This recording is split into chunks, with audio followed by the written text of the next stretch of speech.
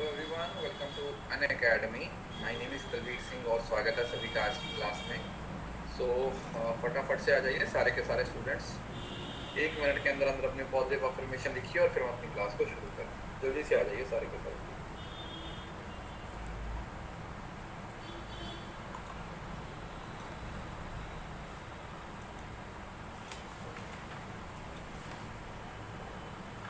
Good morning, good morning. मैं ठीक हूँ बेटा, आप बताइए।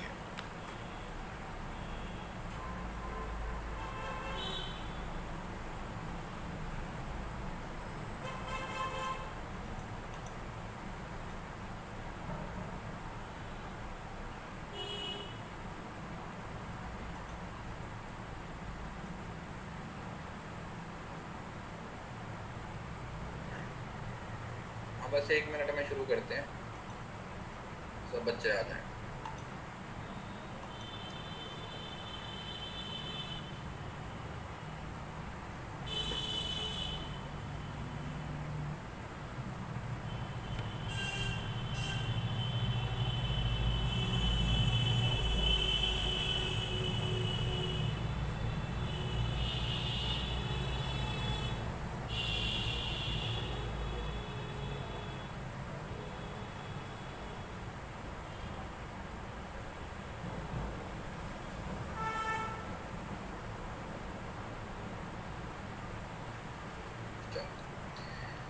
तो 2-3 चीज़ें मैंने आपको पढ़ा दी हैं। कल हमने टीचिंग के फंडामेंटल्स ख़त्म किए थे, फॉर्मल इनफॉर्मल एजुकेशन वाला टॉपिक ख़त्म किया था। उसके साथ हमने टीचिंग के मैक्सिम्स को ख़त्म किया था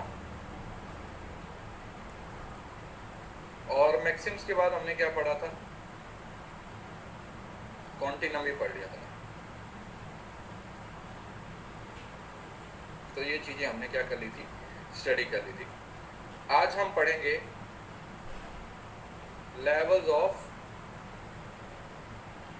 टीचिंग। हमारे पास बेसिकली टीचिंग के 3 लेवल्स होते हैं और उनके साथ बहुत सारी चीज़ें हैं वो जुड़ी हुई होती हैं। मतलब आप ये समझ लीजिए, अगर आपने लेवल्स को पढ़ लिया तो लेवल्स के साथ पीएच, कॉन्टिनम, स्टेजेस और फंक्शंस, काफ़ी सारी चीज़ें जुड़ी हुई हुई है। तो टीचिंग में ना जो 3 चीज़ें होती हैं वो हमेशा लिंक रहती हैं। पहला ये, दूसरा ये और तीसरा ये, 3 लेवल्स। अब यहाँ पर आप लोगों को मैंने कल भी बताया था कि जब हम यहाँ की बात करते हैं तो यहाँ पर किस पे बात की जाती है, जो स्मॉल चिल्ड्रन होते हैं।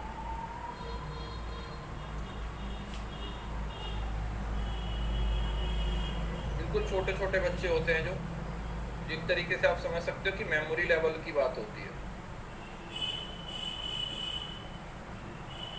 मेमोरी लेवल की बात की जाती है।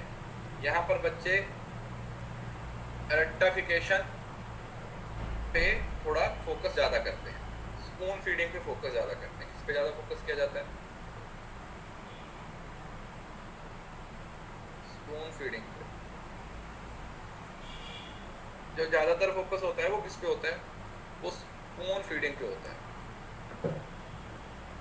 फिर जब आप दूसरे लेवल पे आ जाते हो तो बच्चे थोड़ा सा टीनेज में एंटर कर जाते हैं,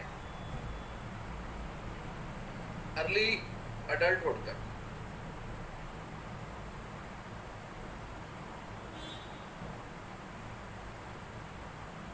तो यहाँ पर बच्चों का जो माइंड है वो डेवलप हो जाता है। यहाँ पर हमारा एक अंडरस्टैंडिंग लेवल है वो बन जाता है। कौन सा लेवल बन जाता है? एक अंडरस्टैंडिंग लेवल बन जाता है, जहाँ पर बच्चे और टीचर दोनों के बीच में बातचीत होती है, डिस्कशन होती है, एक दूसरे के साथ वो रिलेट कर पाते।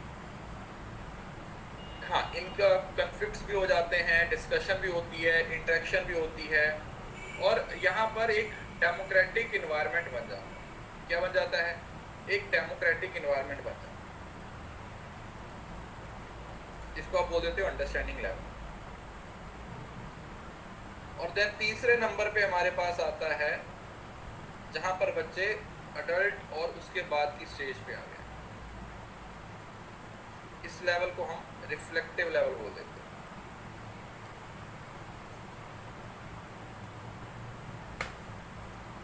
ये लेवल क्या हो जाता है? रिफ्लेक्टिव लेवल हो जाता है। और रिफ्लेक्टिव लेवल में क्या होता है? जो टीचर का रोल होता है वो सिर्फ हेल्प तक ही सीमित हो जाता है। कहाँ तक सीमित हो जाता है? हेल्प तक ही हो जाता है। बाकी 90% जो वर्क है वो स्टूडेंट्स को ही करना पड़ता है।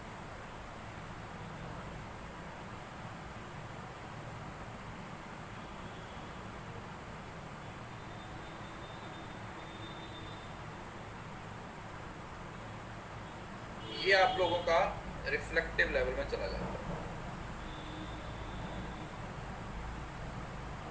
किसमें चला जाता है? रिफ्लेक्टिव लेवल में चला जाता है। रिफ्लेक्टिव लेवल का मतलब क्या होगा? कि जहां पर अब आप रिफ्लेक्ट कर रहे हैं, रिफ्लेक्ट लेवल में हम चले जाते हैं। रिफ्लेक्ट लेवल का मतलब क्या होगा? कि आप एक सेल्फ डायरेक्टेड या सेल्फ ओरिएंटेड लर्निंग पे ज्यादा भरोसा करते हो, आप सेल्फ की लर्निंग पे ज्यादा भरोसा करते हो। तो ये हमारे बेसिकली 3 लेवल होते हैं, और इन्हीं को हम एक और वर्ड्स में डिफाइन भी कर देते हैं। वो क्या होता है?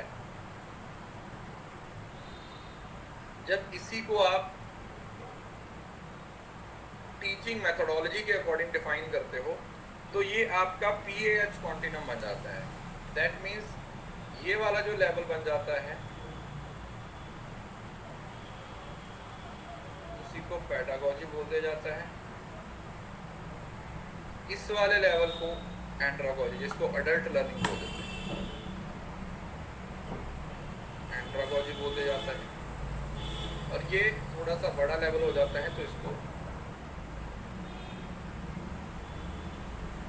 यूट्रागोजी बोल दिया।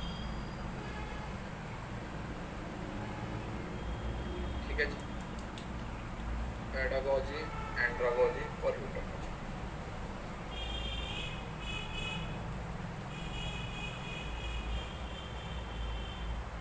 क्लियर है? समझ आया? तो यही 2 टॉपिक हैं जिसको हमने क्या करना है? स्टडी करना है। तो अगर आपने, हम ये शुरू करेंगे, ठीक है, नीचे वाला शुरू करेंगे, फिर उसके बाद ऊपर वाला शुरू करेंगे। तो अगर आपने ये नीचे वाला समझ लिया, अच्छा इसी को एक और भी नाम दे देते हैं आप लोगों ने, वो हम पिछली क्लास में पढ़ चुके हैं। जैसे यहाँ पर क्या बन जाता है? दिस इज द ऑटोक्रेटिक या अथॉरिटेटिव अप्रोच हो जाती है। ऑटोक्रेटिक, जहां पर सारा कुछ कंट्रोल किसके पास होता है? टीचर के पास होता है। ये कौन सी अप्रोच बन जाती है? दिस बिकम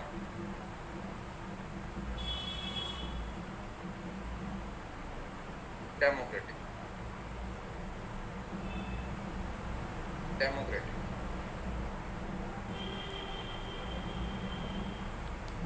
और ये किस में आ जाता है? फ्री रेन या लेज़र-फेयर।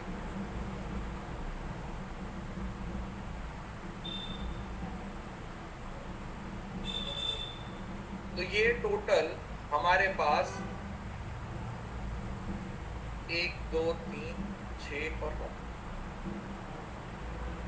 घुमा के देखा जाए तो 9 डिफरेंट टॉपिक्स हैं जो एक टॉपिक की अंडरस्टैंडिंग से आप लोगों को समझ आ जाएंगे। अगर एक टॉपिक आपने अपने माइंड में फिक्स कर लिया तो बाकी के सारे टॉपिक्स आप लोगों को समझ आ जाएंगे। अब हमें जिस टॉपिक को शुरू करना है वो लेवल्स हैं, इसको अच्छे से समझ लीजिए। फिर से बता रहा हूँ, अगर आपने लेवल्स ऑफ टीचिंग को अच्छे से समझ लिया, ठीक है, अगर आप लोगों ने लेवल्स ऑफ टीचिंग को अच्छे से समझ लिया तो फिर ये वाला और ये वाला अपने आप ही क्लियर हो जाएंगे, क्योंकि हमें अंडरस्टैंडिंग को डेवलप करना है। जो चीज़ें पेडागोजी में चल रही हैं वही मेमोरी लेवल में चल रही हैं, जो चीज़ें मेमोरी लेवल में चल रही हैं वही ऑटोक्रेटिक में चल रही हैं, बस थोड़ा बहुत अकॉर्डिंग टू टॉपिक है वो चीज़ें मॉडिफाई हो जाती हैं। उसी तरीके से अगर हम अंडरस्टैंडिंग लेवल की बात करते हैं तो जो चीज़ अंडरस्टैंडिंग लेवल पे बात करेंगी वही एंड्रोगॉजी में बात करेंगी, जो एंड्रोगॉजी में बोलेगा वही डेमोक्रेटिक में बोलेगा। जो चीज़ें रिफ्लेक्टिव लेवल में आ रही हैं या जो चीज़ें रिफ्लेक्टिव लेवल पे आप डिस्कस करोगे वही चीज़ें ग्लूटागॉजी का पार्ट बन जाएंगी और वही चीज़ें फिर आगे लिजेस फेयर का पार्ट बन जाएंगी। बस इतना ही करना है, इससे ज़्यादा करने की ज़रूरत है। तो मतलब एक टॉपिक को अंडरस्टैंड किया तो ये वाला भी अपने आप अंडरस्टैंड हो जाएगा और ये वाला भी टॉपिक अंडरस्टैंड हो जाएगा। किसी को इस बात में कोई दिक्कत, किसी को यहाँ तक कोई कंफ्यूजन, किसी को इसमें कोई प्रॉब्लम?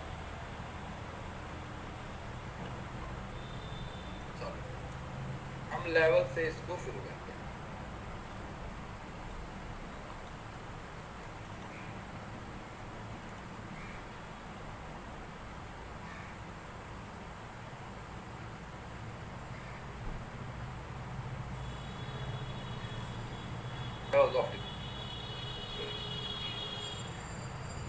इंटरनेट थोड़ा सा स्लो है।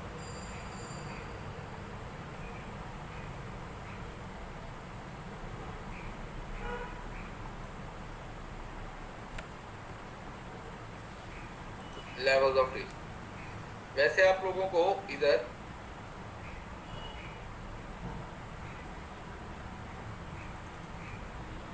एंड में ये इसका पूरा चार्ट मैंने बना के दिया हुआ है, ठीक है, ताकि लास्ट में जाके आप एक ही बार में सारे टॉपिक को क्या कर सको, रिवाइज कर सको। ये पूरा मेमोरी लेवल का, रिफ्लेक्टिव लेवल का मैंने चार्ट भी दिया हुआ है ताकि आप लोगों को इसमें कोई दिक्कत ना आए, आपको इसमें कोई परेशानी ना हो। उससे पहले हमें एक एक करके चीज़ों को समझने की कोशिश करनी है। लेवल्स ऑफ टीचिंग, किसके बारे? Levels of teaching.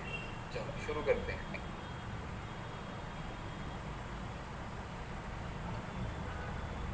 अरे वो एक्चुअली विंडो अपडेट होने लग गई थी, अपने आप कंप्यूटर बंद हो गया था, इस वजह से मैंने टेलीग्राम पे मैसेज डाल दिया था कि कई बार ज़्यादा टाइम लग जाता है। ठीक है जी,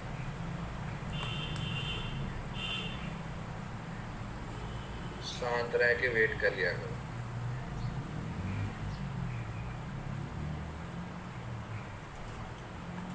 लेवल्स ऑफ,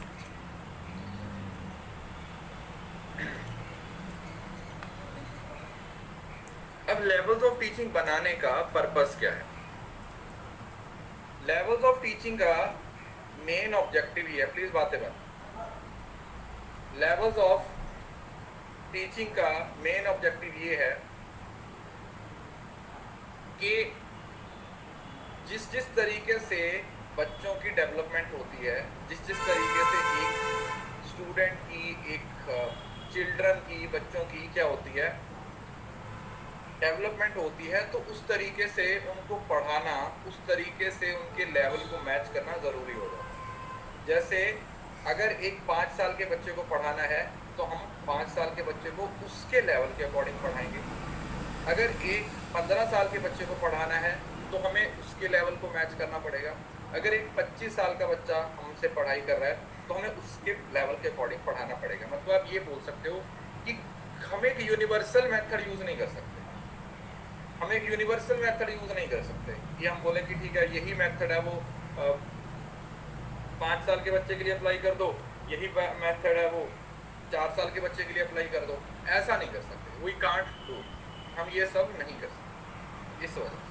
तो इस वजह से इन सारी चीज़ों के लिए हम क्या करते हैं, इन सारी चीज़ों को अचीव करने के लिए हम लेवल्स ऑफ टीचिंग क्या करते हैं, बनाते हैं। तो बेसिकली 3 लेवल्स हैं टीचिंग के जो आपको देखने को मिलते हैं। पहला है मेमोरी लेवल, जिसको आप थॉटलेस टीचिंग बोल देते हैं। फिर आता है अंडरस्टैंडिंग लेवल, जिसको आप थॉटफुल लेवल बोल देते हो। और फिर आता है रिफ्लेक्टिव लेवल, जिसको आप अपर मोस्ट थॉटफुल बोल सकते हो। जो थॉट को, जो आपके थॉट्स को क्या करते हैं, इंक्रीज करते हैं आपके थॉट्स को और आगे बढ़ाने की कोशिश करते हैं। लेकिन इससे पहले एक और लेवल भी होता है, इससे सवाल पूछे जाते हैं। That level is known as autonomous level.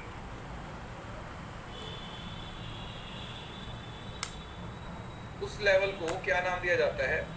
उस लेवल को नाम दिया जाता है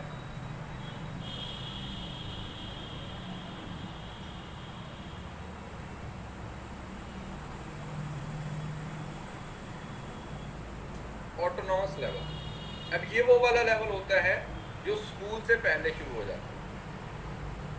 ये वो लेवल हो जाता है जो स्कूल से पहले शुरू हो जाता है। That simple means informal learning, जो कल पढ़ाया था ना, इनफॉर्मल लर्निंग, होम एजुकेशन।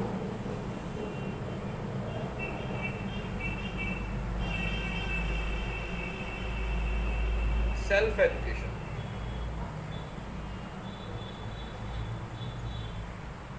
जहां पर बच्चा खुद से सीखता है, जैसे हम अपने घर में सीखते हैं या नहीं सीखते हैं?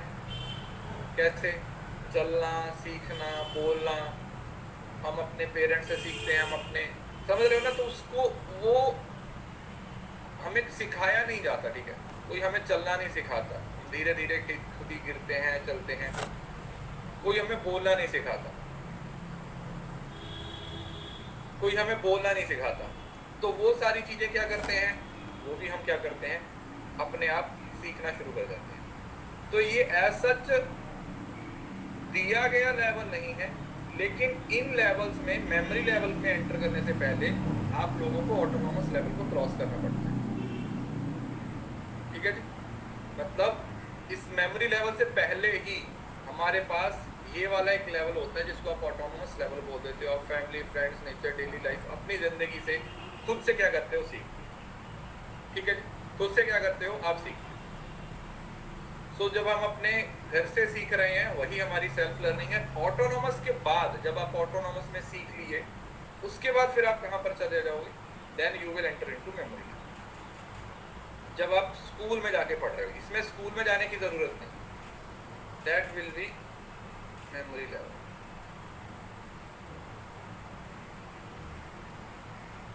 That will be memory level, ठीक? तो अब मेमोरी लेवल की अगर हम बात करें तो मेमोरी का मतलब क्या हुआ? जहां पर चीजें मेमोराइज की जाती हैं, रेक्टिफिकेशन किया जाता है। हमारे दिमाग के अंदर जो इंफॉर्मेशन होती है,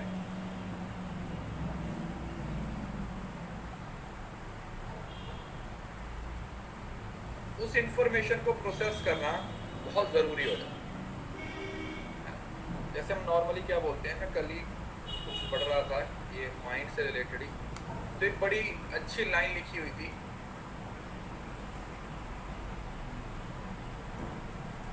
कि mind is a processing device, not a storage device. कि जो हमारा दिमाग है ना, वो एक प्रोसेसिंग डिवाइस है। जो कुछ भी पढ़ रहे हो, जो कुछ भी दिमाग में जा रहा है, उसको प्रोसेस करना जरूरी है, उसको अंडरस्टैंड करना जरूरी है, उसको शेयर करना जरूरी है, उसको इम्प्लीमेंट करना जरूरी है। आप रट के चीजों को दिमाग के अंदर रखोगे तो उसका कोई मतलब नहीं रह जाता। तो जो मेमोरी लेवल है, ये बताता है कि जो हमारे दिमाग के अंदर मेमोरी है, या जो हम चीज़ों को कैसे रिकॉर्ड करते हैं, वो कैसे कैसे उन चीज़ों को क्या करते हैं, इंफॉर्मेशन वो प्रोसेस करते हैं। So memory is the means by which we draw our past experience in order to use information in the present. तो इसके अंदर हमारी पास्ट, प्रेजेंट, हर तरीके की इंफॉर्मेशन है वो क्या होती है, रहती है। पहले आप किसी चीज़ को अंडरस्टैंड करते हो, उसको स्टोर करते हो, और जब आपको ज़रूरत पड़ती है उसको रिट्रीव करते हो। अगर आपको पूछा जाए पुराने आपके किसी ज़िंदगी के इवेंट के बारे में कि तब क्या हुआ था, तब क्या हुआ था, तो आप उन सारी चीज़ों को रिकॉल कर पाओगे या नहीं कर पाओगे? क्योंकि आपने उन चीज़ों को प्रोसेस करके अपने माइंड के अंदर स्टोर कर रखा है। तो जब भी हम उस चीज़ के बारे में पूछेंगे तो आपका माइंड आपको उस इंफॉर्मेशन को प्रोवाइड कर देगा। आप फटाफट से उस इंफॉर्मेशन को क्या कर लोगे, यू विल रिकॉल। आप उस चीज को क्या कर लोगे, recall, you will easily recall. अब मेमोरी को अलग अलग पार्ट्स में में डिवाइड किया जाता है। Immediate memory, when recall is immediate, जैसे अभी आपको कुछ मैंने बताया और अभी आप उसको रिकॉल कर रहे हो। जैसे अभी मैंने आपको बताया कि 3 लेवल्स होते हैं और अभी मैं आपसे पूछूं कितने लेवल्स होते हैं तो आप फटाफट बोलोगे कितने लेवल्स होते हैं सर? 3 लेवल्स होते हैं। That is immediate recall.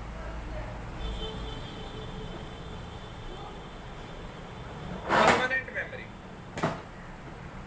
और रूट मेमोरी, अब इसमें क्या फर्क है? परमानेंट मेमोरी वो मेमोरी होती है जो आपकी जिंदगी का लंबा हिस्सा आपके साथ रहे, मतलब कोई भी ऐसी चीज जो आपने अपने दिमाग में एक बार फिट कर ली है और वो फिर परमानेंट हिस्सा बन गया, उसके बारे में कभी भी आपसे पूछा जाएगा तो आप उसका सही उत्तर दे दोगे।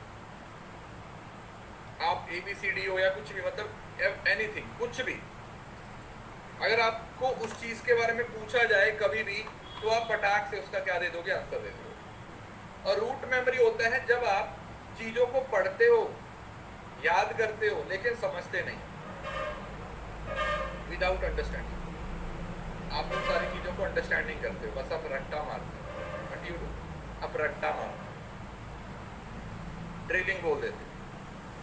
पर्सनल मेमोरी वो होती है जो आप अपनी जिंदगी के एक्सपीरियंस से सीखते हो, जो भी तुमने जिंदगी में कांड कर रखे हैं वो सिर्फ तुम्हारी हैं, और अगर वो बाहर आ गई तो दिक्कत हो जाएगी। होता है नहीं? आपकी जिंदगी के कुछ कांड ऐसे होते हैं जो सिर्फ तुम्हारे तक ही सीमित है, अगर वो बाहर आ गए तो शायद तुम घर से बाहर चले जाओगे। तो ये वही वाली मेमोरी होती है जहां पर हम अपने पास्ट एक्सपीरियंस, इसको एपिसोडिक मेमोरी बोलते हैं, वो आगे बताऊंगा, पास्ट एक्सपीरियंस पे क्या करते हैं? फोकस करते हैं। इम्पर्सनल मेमोरी कौन सी होती है? इम्पर्सनल मेमोरी वो होती है जो आपकी पर्सनल नहीं है, लेकिन आपने उसको यहाँ वहां से, किताबों से, इंटरनेट वगैरह से पढ़ी हुई चीजें वो आप लोगों के दिमाग में फिट होगी। लॉजिकल मेमोरी का मतलब क्या होता है? जहां पर आप चीजों को प्रॉपरली इंटेलेक्ट, मतलब माइंड का इस्तेमाल करके, चीजों को अंडरस्टैंड करके आप लोग बनाते हो और फिर जब आपको जरूरत पड़ती है आप उसको रिकॉल करते हो। लॉजिकल समझ रहे ना? जहां पर आपका लॉजिक इस्तेमाल होता है, जहां पर आपकी इंट्यूशन का इस्तेमाल होता है, जहां पर आप लोगों की इंट्यूशन का, लॉजिक का, रैशनैलिटी का, एनालिसिस का इस्तेमाल होता है। रैशनैलिटी का क्या होता है? इस्तेमाल होता है। देन आता है एक्टिव मेमोरी। एक्टिव मेमोरी वही है जहां पर आप अपने दिमाग का इस्तेमाल करते हो, स्पेसिफिकली पेपर में, है ना? जैसे नेट का पेपर देने जाओगे तो वहां पर जो मेमोरी इस्तेमाल होगी वो कौन सी होगी? वो एक्टिव मेमोरी होगी, क्योंकि आप लोगों को उसमें एफर्ट्स डालने पड़ेंगे, उसके अंदर आपको क्या करने पड़ेंगे? एफर्ट्स डालने पड़ेंगे, आपको याद करना पड़ेगा, अच्छा ये वाला लेवल किसने दिया था, वो वाला लेवल किसने दिया था, ये वाला लेवल किसने दिया था, वो वाला लेवल किसने दिया था, इसके अंदर ये चीजें कैसे काम करती है, उसके अंदर वो चीजें। Passive memory, recall past experience without effort. कुछ चीजें होती हैं वो आपकी जिंदगी का ऐसा हिस्सा बन जाती हैं जिसको रिकॉल करने के लिए आपको दिमाग भी नहीं लगाना पड़ता। आप इनएक्टिव भी हो ना, आप पैसिव भी हो, तब भी आपको सारी चीजें याद रहती हैं। जैसे अगर आप इनएक्टिव भी हो तब भी आपको ये तो याद रहता है कि आपकी मम्मी कौन है, आपका पापा कौन है, भूल तो नहीं जाओगे ना। तो पैसिव मेमोरी का मतलब होता है कुछ भी ऐसी चीज पास्ट की या कोई भी ऐसी चीज जिसको रिकॉल करने के लिए आपको एफर्ट्स ही नहीं लगाने पड़ते। ये इतने एक्सपर्ट हो चुके हो, आप इस लेवल पे पहुंच चुके हो कि आपको इसमें कुछ रिकॉल करने की जरूरत ही नहीं पड़ रही। मैं बोलता ना, जैसे आपको रात को कि आपको पेपर 1 इस तरीके से पढ़ा दूंगा, रात को सोते हुए भी कोई उठा के पूछेगा तब भी आप उसका आंसर दे दोगे। ये वही वाली मेमोरी है। क्लियर है? किसी को इस बात में कोई दिक्कत? मैकेनिकल मेमोरी और physical memory. Body become habitual of doing any task. अब मैकेनिकल या फिर फिजिकल मेमोरी कौन सी होती है? जो आपकी डेली रूटीन बन जाती है, सुबह उठना, ब्रश करना, नहाना, ये सब किसकी पार्ट बन जाएंगे? ये मैकेनिकल मेमोरी का पार्ट बन जाएगा। ये किसका पार्ट बन जाएगा? ये मैकेनिकल मेमोरी का पार्ट बन जाएगा। ये किसका पार्ट बन जाएगा? मैकेनिकल मेमोरी का पार्ट बन जाएगा।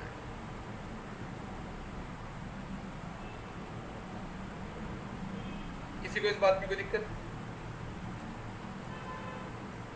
लॉजिकल का मतलब होगा जहां पर आप प्रोसेस कर रहे हो, आप इंफॉर्मेशन को प्रोसेस कर रहे हो, अंडरस्टैंड ऐसे डायरेक्टली समझ नहीं आ रहा, आप उसको क्या कर रहे हो, प्रोसेस कर रहे हो, अंडरस्टैंड कर रहे हो, उसके बाद वो चीज आपके दिमाग में जा रही है। उसके बाद ह्यूमन मेमोरी है, उसके कुछ हिस्से हैं जो हमें याद रखने हैं। वैसे आपके पेपर में भी पूछा गया था, वैसे मेमोरी दो ही तरीके की होती है, एक शॉर्ट टर्म मेमोरी होती है, एक लॉन्ग टर्म मेमोरी होती है, ठीक है। ये जो सेंसरी मेमोरी होती है ये भी शॉर्ट टर्म मेमोरी होती है। सेंसरी मेमोरी का मतलब क्या हुआ, वो मेमोरी जो आपके सेंसेस से रिलेटेड होती है और ये बहुत शॉर्ट होती है। तो मेरे are you getting a point? Sensory memory का मतलब होता है शॉर्ट टर्म, जहां पर आप अपनी 5 ज्ञानेंद्रियों का इस्तेमाल करते हो। जहां पर आप क्या करते हो, जहां पर आप अपनी 5 ज्ञानेंद्रियों का इस्तेमाल करते हो, वो फ्यू सेकंड्स के लिए होगी। किसी चीज को टच करना, किसी चीज को खाना, सूंघना, ये चीज। तो ये एक्चुअली में इसी का पार्ट होती है, ठीक है। तो देखा जाए तो पेपर में आपको 3 टाइप्स नहीं पूछे जाएंगे, 2 ही टाइप्स होती है, एक शॉर्ट टर्म होती है, एक लॉन्ग टर्म होती है। शॉर्ट टर्म में सेंसरी भी आ जाती है। शॉर्ट टर्म जो एक्चुअली में हमारी सबसे ज्यादा वर्किंग मेमोरी होती है। शॉर्ट टर्म मेमोरी जिसको बोलते हैं वर्किंग मेमोरी, जो 1 मिनट से कम तक चीजें याद रहती हैं। और लॉन्ग टर्म मेमोरी वो होती है जो लंबे समय तक आपको चीजें याद रखने में हेल्प करती है, ठीक है। शॉर्ट टर्म मेमोरी जिसको आप वर्किंग मेमोरी, जो जैसे अभी जो मेमोरी चल रही है, ये कौन सी मेमोरी है, जिस मेमोरी के अकॉर्डिंग आप चीजों को देख रहे हो, समझ रहे हो, ये आप लोगों की वर्किंग मेमोरी है। इस मेमोरी को हम क्या बोलते हैं, इस मेमोरी को हम वर्किंग मेमोरी बोलते हैं। इस मेमोरी को हम वर्किंग मेमोरी बोलते हैं। और लॉन्ग टर्म मेमोरी है वो आगे एक्सप्लिसिट और इम्प्लिसिट में डिवाइड हो जाती है, उसको भी हम वर्क पढ़ेंगे। देन आती है जो लॉन्ग टर्म मेमोरी होती है, उसमें एक एक्सप्लिसिट मेमोरी होती है और एक इम्प्लिसिट होती है। एक्सप्लिसिट का मतलब होता है जब आप किसी चीज को एक्सप्लिसिटली बताते हो, मतलब आपका दिमाग कॉन्शियस है, आपका दिमाग काम कर रहा है वो सारी चीजों को अंडरस्टैंड करने के लिए। यस और नो? किसी चीज को समझने के लिए आपको अपने दिमाग का इस्तेमाल करना पड़ता है ना। किसी चीज को समझने के लिए, किसी चीज को अंडरस्टैंड करने के लिए आप लोगों को अपने माइंड का इस्तेमाल करना पड़ता है, अपने दिमाग का इस्तेमाल करना पड़ता है। वो कॉन्शियस है, समझ रहे हो ना, कॉन्शियस समझ रहे हो ना, कि आप क्लास में अटेंटिव, जैसे अभी क्लास में अगर आप ध्यान नहीं दोगे तो चीजें आपको समझ नहीं आएंगी। यस और नो?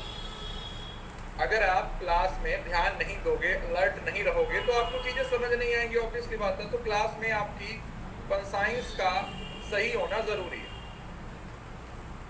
और ये आगे किस पार्ट का हिस्सा बन जाती है, procedural memory, skills and task, sorry explicit नहीं, इम्प्लिसिट। और इम्प्लिसिट वो होती है जिसमें आप लोगों को कॉन्शियस माइंड की जरूरत नहीं होती, वही आ जाता है प्रोसीजर और टास्क। सुबह उठते हो, ब्रश करने के लिए अनकॉन्शियस माइंड से भी चले जाते हैं, मुंह धोने के लिए अनकॉन्शियस, मतलब आप कॉन्शियसली नहीं हो, अभी आपने अपने दिमाग को चलाना शुरू भी नहीं किया, लेकिन आपका अनकॉन्शियस माइंड भी आपको बता रहा है कि आपने ये काम करना है। यस और नो? तो एक रूटीन में जो एक हैबिचुअल बाय डिफॉल्ट चीजें हो चुकी हैं, जो डिफॉल्ट एक्टिविटी हो चुकी हैं, वो किसका पार्ट बनती है, वो आप लोगों की इम्प्लिसिट मेमोरी की टाइप जो बनती है, जिसको आप प्रोसीजरल मेमोरी बोल देते हैं। That memory is known as procedural memory. समझ आ गया? तो लॉन्ग टर्म मेमोरी 2 तरीके की है, पहली है एक्सप्लिसिट मेमोरी, दूसरी है इम्प्लिसिट मेमोरी। और इम्प्लिसिट मेमोरी की एक टाइप है प्रोसीजरल, जो कि आप तब परफॉर्म कर रहे हो जब आप कॉन्शियस नहीं हो, फिर भी अनकॉन्शियसली आप उन सारी एक्टिविटीज को परफॉर्म कर रहे हो जो आपकी डेली रूटीन का, डेली क्या बोलते हो, जो डेली एक्टिविटीज है उसका पार्ट होता है। देन आ जाता है एक्सप्लिसिटली। एक्सप्लिसिटली का मतलब है जैसे अभी क्लास में हो तो आप कॉन्शियस हो, अगर आप कॉन्शियस नहीं रहोगे, अनकॉन्शियस रहोगे तो आपको कुछ भी समझ नहीं आएगा।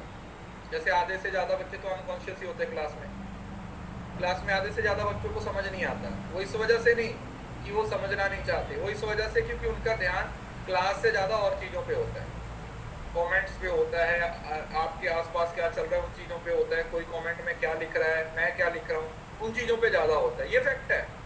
हाँ, हिंदी की पीडीएफ है सर, ये कोर्स वो कोर्स, उनको पढ़ाई से कोई लेना देना नहीं होता, वो आसपास की चीजों में ज्यादा छिपे हुए होते हैं, तो वो कॉन्शियसली क्लास का पार्ट नहीं बनते। इसी वजह से फिर एक्चुअली वो क्या होता है, वो पीछे रहते जाते हैं।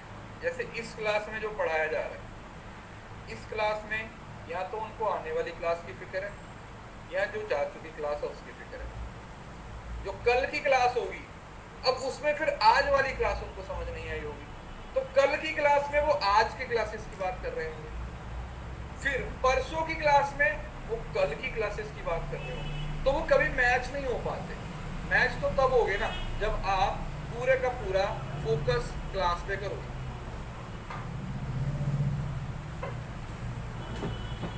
जब आप पूरे का पूरा फोकस क्लास पे करोगे।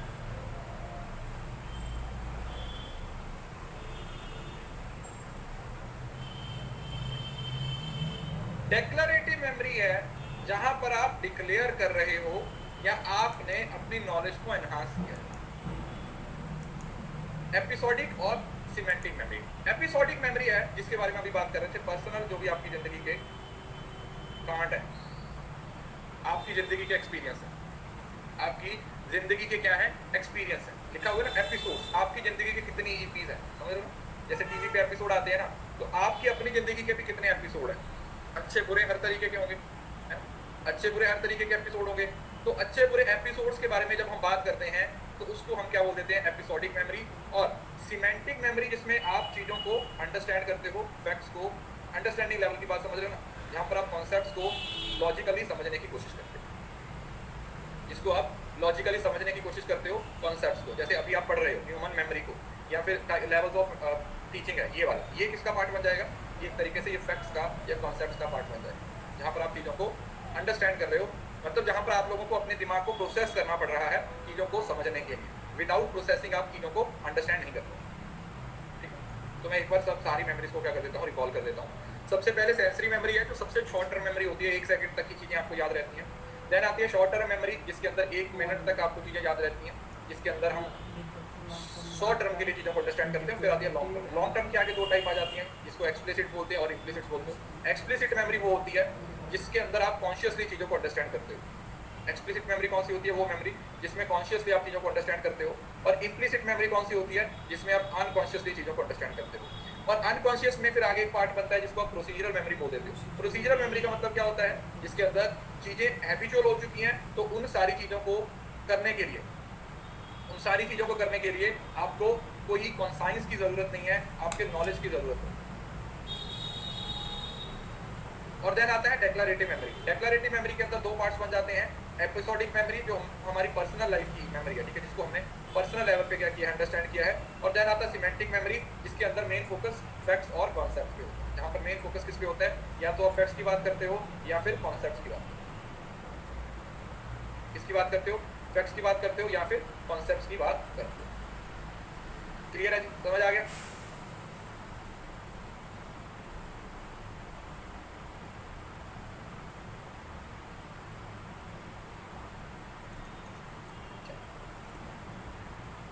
जब हम मेमोरी लेवल की बात करते हैं, मेमोरी लेवल किसके द्वारा दिया गया था, हर्बर्ट के द्वारा। हर्बर्ट ने मेमोरी लेवल दिया, ठीक है, बंदे का नाम याद रखना है। अब मेमोरी लेवल पे रोल टीचर का क्या होगा, नेचर ऑफ सब्जेक्ट मैटर क्या होगा, बस आपने याद रखना है कि किसकी बात हो रही है। टीचर का रोल क्या होगा, अथॉरिटेटिव बंदा होगा, कि छोटे बच्चों को पढ़ा रहे हो, पहली क्लास के बच्चे को पढ़ा रहे हो, तो टीचर का रोल क्या होगा, टीचर का ऑटोक्रेटिक रोल होगा। सब टीचर नहीं पढ़ाना है ना, जो एबीसी सिखा रहा है वो टीचर ही तो सिखा रहा है, तो रोल ऑफ टीचर क्या हो जाएगा, ऑटोक्रेटिक रोल हो जाएगा। रोल ऑफ लर्नर क्या हो जाएगा, लर्नर का जो रोल हो जाएगा वो पैसिव हो जाएगा। जो लर्नर का रोल हो जाएगा वो क्या हो जाएगा, वो पैसिव हो जाएगा। क्यों, क्योंकि बच्चे तो टीचर पे डिपेंड करते हैं। और सब्जेक्ट मैटर क्या होगा, प्रॉपर्ली सिंपल कंसेप्ट्स होंगे और कम चीजें पढ़ा रहे होगे ना। सब्जेक्ट मैटर बहुत ज्यादा स्ट्रक्चर्ड होगा, जैसे आपने 6 महीने में बच्चों को सिर्फ ABCD सिखानी है या 1 to 10 सिखाना है, तो वो प्रॉपर डिसाइडेड होगा, कम होगा, प्रॉपर्ली डिफाइन होगा, स्ट्रेट फॉरवर्ड होगा, और बच्चों को उतना ही सिखाना है। बच्चों की लगातार ड्रिलिंग है वो इसमें चलती रहती है।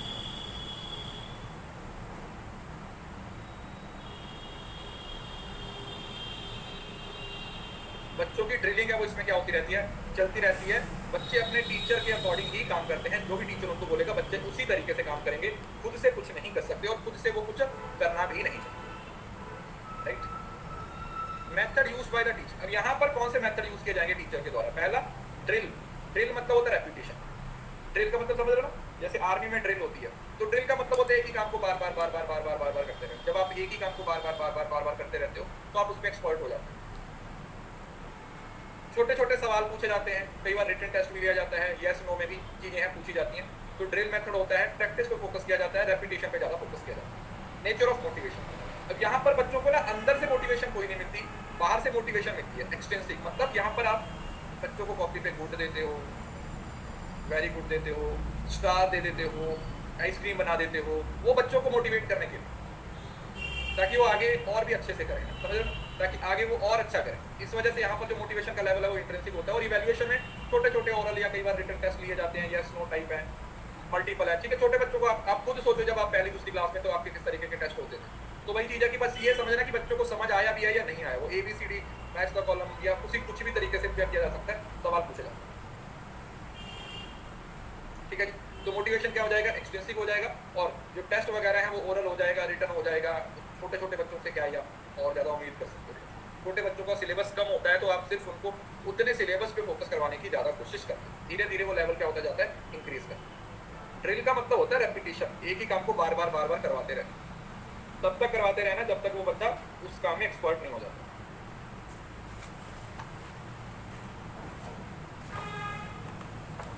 जब तक वो बच्चा उस काम में एक्सपर्ट नहीं होता।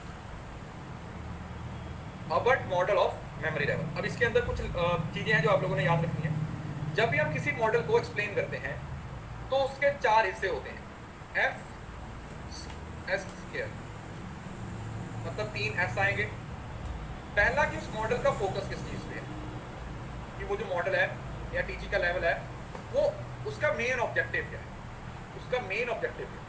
दूसरा सिंटैक्स, सिंटैक्स का मतलब होता है प्रोसीजर, प्रोसेस, कि हम उसको इंप्लीमेंट कैसे करेंगे, उसके अंदर कौन कौन से ऐसे स्टेप्स होंगे जिनको फॉलो किया जाएगा, कौन कौन से रूल्स होंगे, ठीक है। ये बेसिकली रूल्स मेथोडोलॉजी के साथ रिलेटेड हो जाता है। देन आता है सोशल सिस्टम। सोशल सिस्टम का मतलब क्या होता है, सोशल सिस्टम का मतलब होता है कि क्लासरूम के अंदर जो टीचर और स्टूडेंट के बीच में डिस्कशन हो रही है वो किस तरीके की डिस्कशन होगी। और सपोर्ट सिस्टम का मतलब है कि जो इवैल्यूएशन किया जाएगा एंड में, जो रिजल्ट निकाले जाएंगे वो किस तरीके से निकाले, जो रिजल्ट निकाले जाएंगे वो किस तरीके से निकाले जाएंगे। टीचिंग का कोई भी मॉडल हो, टीचिंग का कोई भी मॉडल हो, उस मॉडल को इन 4 हिस्सों में ही डिवाइड किया जाता है। फोकस क्या है, सिंटैक्स क्या है, सोशल सिस्टम क्या है और सपोर्ट सिस्टम क्या है। इसी के बेसिस पे किसी भी मॉडल को क्या किया जाता है, डिफाइन किया जाता है। तो अगर हम हॉबर्ट के मॉडल की बात करें तो, और सपोर्ट सिस्टम का, इसी के बेसिस पे किसी भी मॉडल को क्या किया जाता है, डिफाइन किया जाता है। तो अगर हम हॉबर्ट के मॉडल की बात करें तो हॉबर्ट के मॉडल में फोकस क्या है, छोटे बच्चों के मेमोरी लेवल पे क्या फोकस होगा। सर, बच्चों के दिमाग को डेवलप करने की कोशिश करना, बच्चों को फैक्ट्स की नॉलेज देना, रिटेन करवाना, फैक्ट्स को रिकॉल करवाना, ड्रिलिंग करना, रट्टा मरवाना, दैट्स द फोकस। यही हुआ ना, यही तो फोकस हुआ। छोटे बच्चों के का फोकस क्या होगा, छोटे बच्चों को पढ़ाने का फोकस क्या होगा, यही तो होगा कि आप उनकी नॉलेज को एनहांस करने की कोशिश करते हो, मेंटल एस्पेक्ट को बढ़ाने की कोशिश करते हो, और चीज़ों को रट्टा मरवाना है या इस तरीके की चीज़ें हैं वो करवाइए। किसी को इस बात में कोई दिक्कत? जनता सिंटैक्स, अब ये वो चीज़ें हैं जो आप लोगों ने याद कर, यहाँ से सवाल आता है। इसका निमोनिक भी हमने बनाया था, एक क्या था, पापा गा कर कैसे बना था, पापा GA। अभी ये मैं आपको बताऊंगा, पहले लिख लो, क्योंकि ये आपके पेपर में पूछा जाता है सीक्वेंस वाइज। सबसे ज़्यादा यहाँ से आएगा, पहले ही बता रहा हूँ, फिर बाद में पूछ जाओगे। ये जो सीक्वेंस वाइज है यहाँ से आप लोगों को पेपर में पूछा जाएगा। देन आता है सोशल सिस्टम, क्लासरूम के बारे में, इसको भी पढ़ाऊंगा अगली स्लाइड पे। क्लासरूम में डिस्कशन हो रही है तो स्टूडेंट और टीचर में क्या डिस्कशन होगी, तो ऑब्वियसली बात है बच्चे वो इतने एक्टिव ही नहीं है तो ज़्यादा डिस्कशन नहीं होगी। सपोर्ट सिस्टम में क्योंकि इवैल्यूएशन की बात की जा रही है, रिजल्ट कैसे निकालना है, इवैल्यूएशन कैसे करना है, तो उसके लिए ओरल, रिटन, ऐसे टाइप के जो सवाल है वो क्या किए जाते हैं, बच्चों को करवाए जाते हैं। ऐसे टाइप वगैरह के जो सवाल है वो बच्चों को करवाए जाते हैं। अब सबसे पहले हम सवाल है वो क्या किया,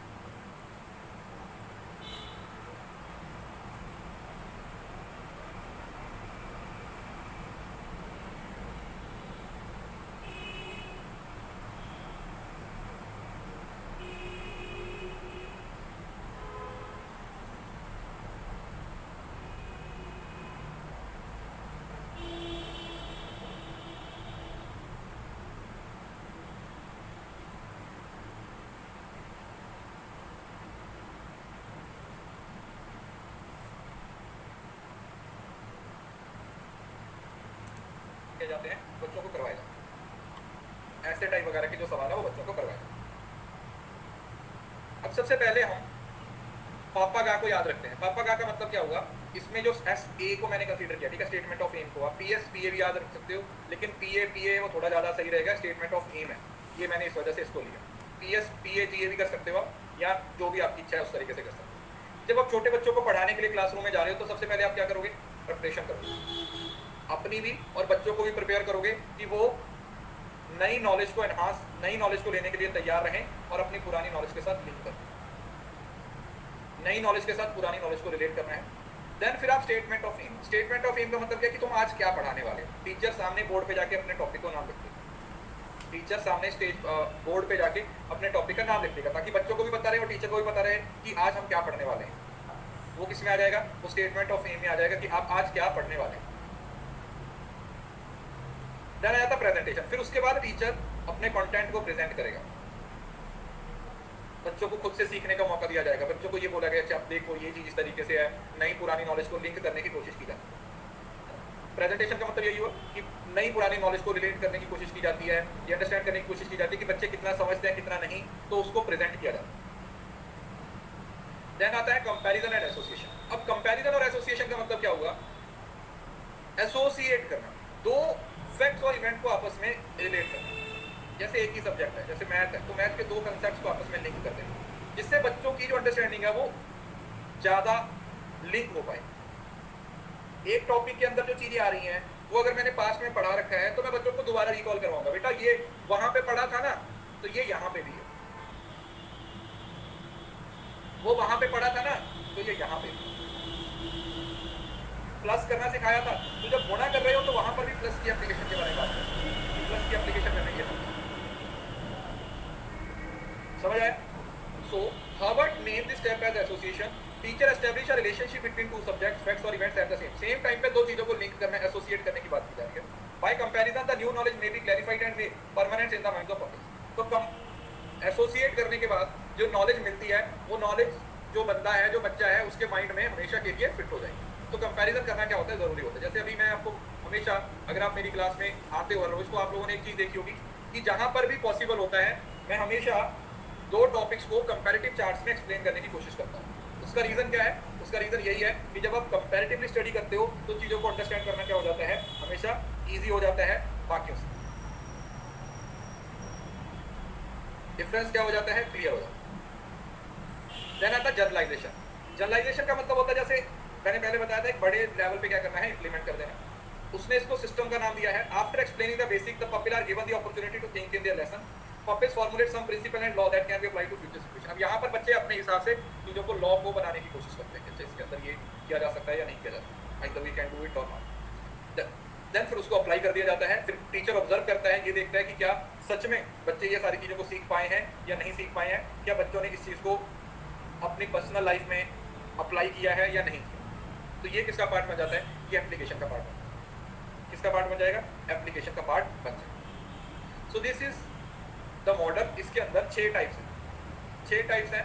प्रिपरेशन करेंगे, देन हम स्टेटमेंट ऑफ एम की बात करेंगे, देन हम प्रेजेंटेशन की बात करेंगे, उसके बाद हम कंपैरिजन और एसोसिएशन की बात करेंगे, उसके बाद हम जनरलाइजेशन की बात करेंगे, और देन एप्लीकेशन। अप्लाई कर देना ना, देखना कि जो बच्चों को सिखाया गया है क्या वो सीखे हैं या नहीं।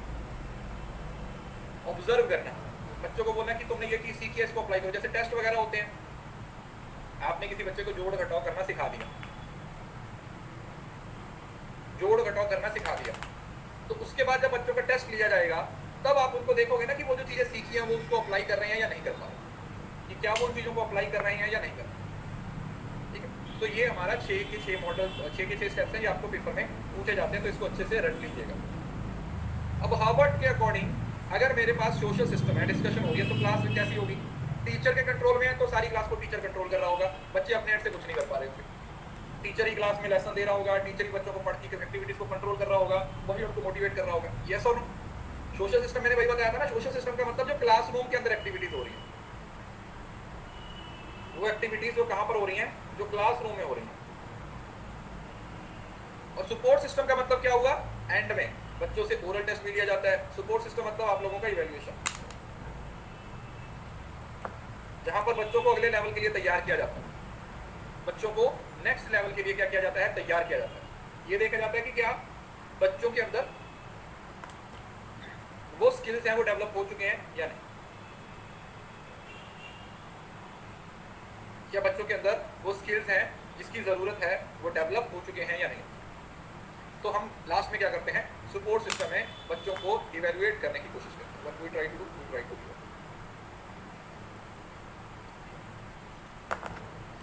एडवांटेज डिसएडवांटेज खुद से पढ़ लेना, ठीक है, होमवर्क में दे रहा हूँ। अब आपके दिमाग में ये याद रखिएगा कि मेमोरी लेवल है, तो छोटे बच्चों को पढ़ाना है तो उसके क्या फायदे और क्या नुकसान होंगे, अपने आप सोचने पे मजबूर होंगे। पहले खुद से सोचिएगा, उसके बाद पढ़िएगा, ताकि आपका खुद का इवैल्यूएशन भी हो। देन आता अंडरस्टैंडिंग लेवल। अंडरस्टैंडिंग लेवल किसने दिया था, अंडरस्टैंडिंग लेवल दिया था मॉरिसन।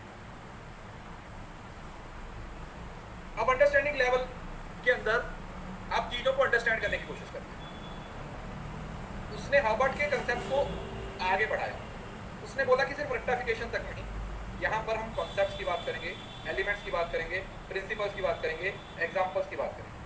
तो यहाँ पर कुछ ये चीजें आ गई, ये आप लोगों ने याद रखना कि यहाँ पर एग्जांपल्स, कॉन्सेप्ट्स और रिलेशनशिप, ये तीन चीजों पे फोकस किया जाएगा। कॉन्सेप्ट्स, एग्जांपल और रिलेशनशिप। पेपर में यहाँ से सवाल आता है, मतलब मेमोरी लेवल को क्रॉस करके आप अंडरस्टैंडिंग लेवल पे आ गए कि जहाँ पर बच्चे अब खुद से चीजों को अंडरस्टैंड कर पा रहे हैं, कोई रेक्टिफिकेशन नहीं होता, कुछ नहीं होता। अब आप चीजों को अंडरस्टैंड कर रहे हो। अब कोई चीज आपके सामने आ रही है ना, तो आप उसको रट्टा नहीं मारते हो, आप उस चीज को रट्टा नहीं मारते हो, आप उस चीज को अंडरस्टैंड करने की कोशिश करते हो।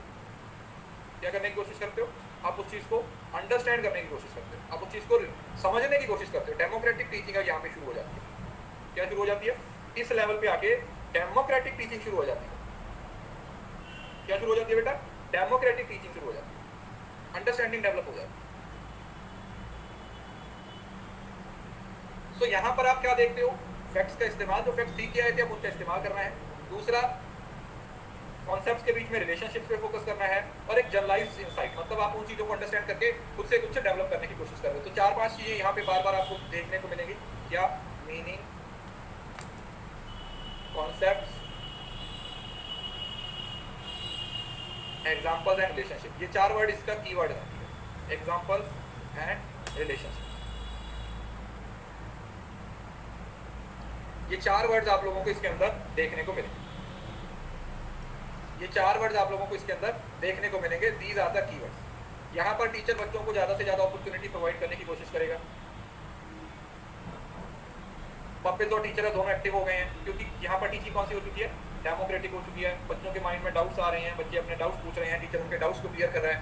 तो एक फ्रेंडली इन्वायरमेंट है वो क्लासरूम में क्या हो चुका है, क्रिएट हो चुका है। क्या हो चुका है, एक फ्रेंडली इन्वायरमेंट है वो क्लासरूम के अंदर डेवलप हो चुका है, डिस्कशन वाला, पार्टिसिपेशन।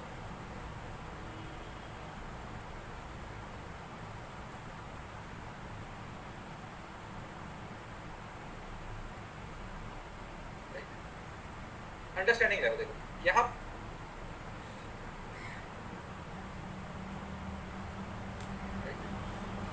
अंडरस्टैंडिंग लेवल देखो यहाँ पर टीचर बच्चों को एक्सप्लेन करेगा फैक्ट्स के और कॉन्सेप्ट्स के बीच में रिलेशनशिप। यहाँ पर मेमोरी लेवल से जो क्वालिटी है वो बढ़ जाएगी, क्योंकि मेमोरी लेवल पे तो टीचर अपने एंड से सिर्फ पढ़ाया जा रहा है, बच्चे उस चीज को रट्टा मार रहे हैं। स्टूडेंट को फैक्ट्स के बीच में रिलेशनशिप को अंडरस्टैंड करवाने की कोशिश करता है।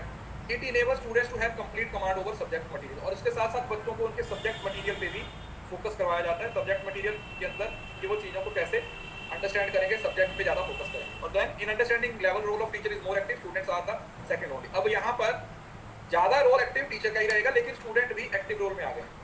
पहले वाले लेवल पे क्या था, सिर्फ टीचर एक्टिव था, स्टूडेंट इनएक्टिव थे। लेकिन इस लेवल पे आप ये समझ लो कि टीचर तो एक्टिव रहेगा ही रहेगा, लेकिन स्टूडेंट भी एक्टिव हो चुके हैं। ठीक है, 20-50% टू वे कम्युनिकेशन है यहाँ पर शुरू हो गया। क्या हो गया यहाँ पर, टू वे कम्युनिकेशन है वो शुरू हो गया। कौन सा कम्युनिकेशन शुरू हो गया है, टू वे कम्युनिकेशन यहाँ पर शुरू हो गया।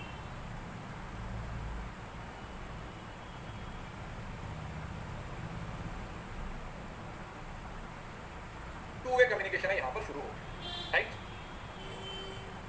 अब ऑब्जेक्टिव क्या है, चीजों को हम कॉम्प्रिहेंस करने की कोशिश करते हैं, अंडरस्टैंड करने की कोशिश करते हैं और उनको अप्लाई करने की कोशिश करते हैं। तो बेसिक चीज यही है, इस लेवल पे ऑब्जेक्टिव यही होता है कि जो मैंने चीजें सीखी हैं, जो चीजें सीखी हैं उनको मैं अप्लाई करूँ, उनको छोड़ू ना, उनको अप्लाई करूंगा, तभी वो चीजें लंबे समय तक मेरे दिमाग का पार्ट बनेगी, तभी मैं उन चीजों को लंबे समय तक चला पाऊंगा, अगर मैं उनको अभी अप्लाई कर रहा हूं। अगर मैं उनको अप्लाई करूँ, अब इसके अंदर भी वही 4 चीजें, अभी आएगा एक्सप्लोरेशन क्या होता है, फोकस, अगर मैं उनको अप्लाई करूँ, अब इसके अंदर भी वही 4 चीजें, अभी आएगा एक्सप्लोरेशन क्या होता है, फोकस किस पे है, मास्टरी ऑफ द कंटेंट, जो आप लोगों को कंटेंट पढ़ाया जा रहा है उस कंटेंट पे आपकी मास्टरी हो जाए, that is the focus of understanding learning. अब इसमें EPRAO, जैसे वो वाला था EP, नहीं ये गलत लिखा हुआ है, ठीक है, इसको अगली स्लाइड पे मैं सही कर दूंगा, ये थोड़ा सा ऑपोजिट लिखा हुआ है, इसमें रेसिटेशन एक्चुअली सबसे लास्ट में होता है, EPAOR होता है, EPAOR होता है, मतलब एक्सप्लोरेशन पहले पे होगा, प्रेजेंटेशन दूसरे पे होगा, तीसरे पे ये होगा, ये चौथे पे होगा, रेसिटेशन 5वें पे होगा, ठीक है, ये नंबरिंग सही कर लेना, ये नंबरिंग सही कर लेना, पहले पे एक्सप्लोरेशन आएगा, दूसरे पे प्रेजेंटेशन आएगा, तीसरे पे असिमिलेशन आ जाएगा, चौथे पे ऑर्गेनाइजेशन आ जाएगा और 5वें पे रेसिटेशन आ जाएगा, ठीक है, रेसिटेशन गलती से तीसरे नंबर पे लिखा गया, उसको एंड में कर देंगे, ये रेसिटेशन है, इसको लास्ट में इधर आएगा, रेसिटेशन।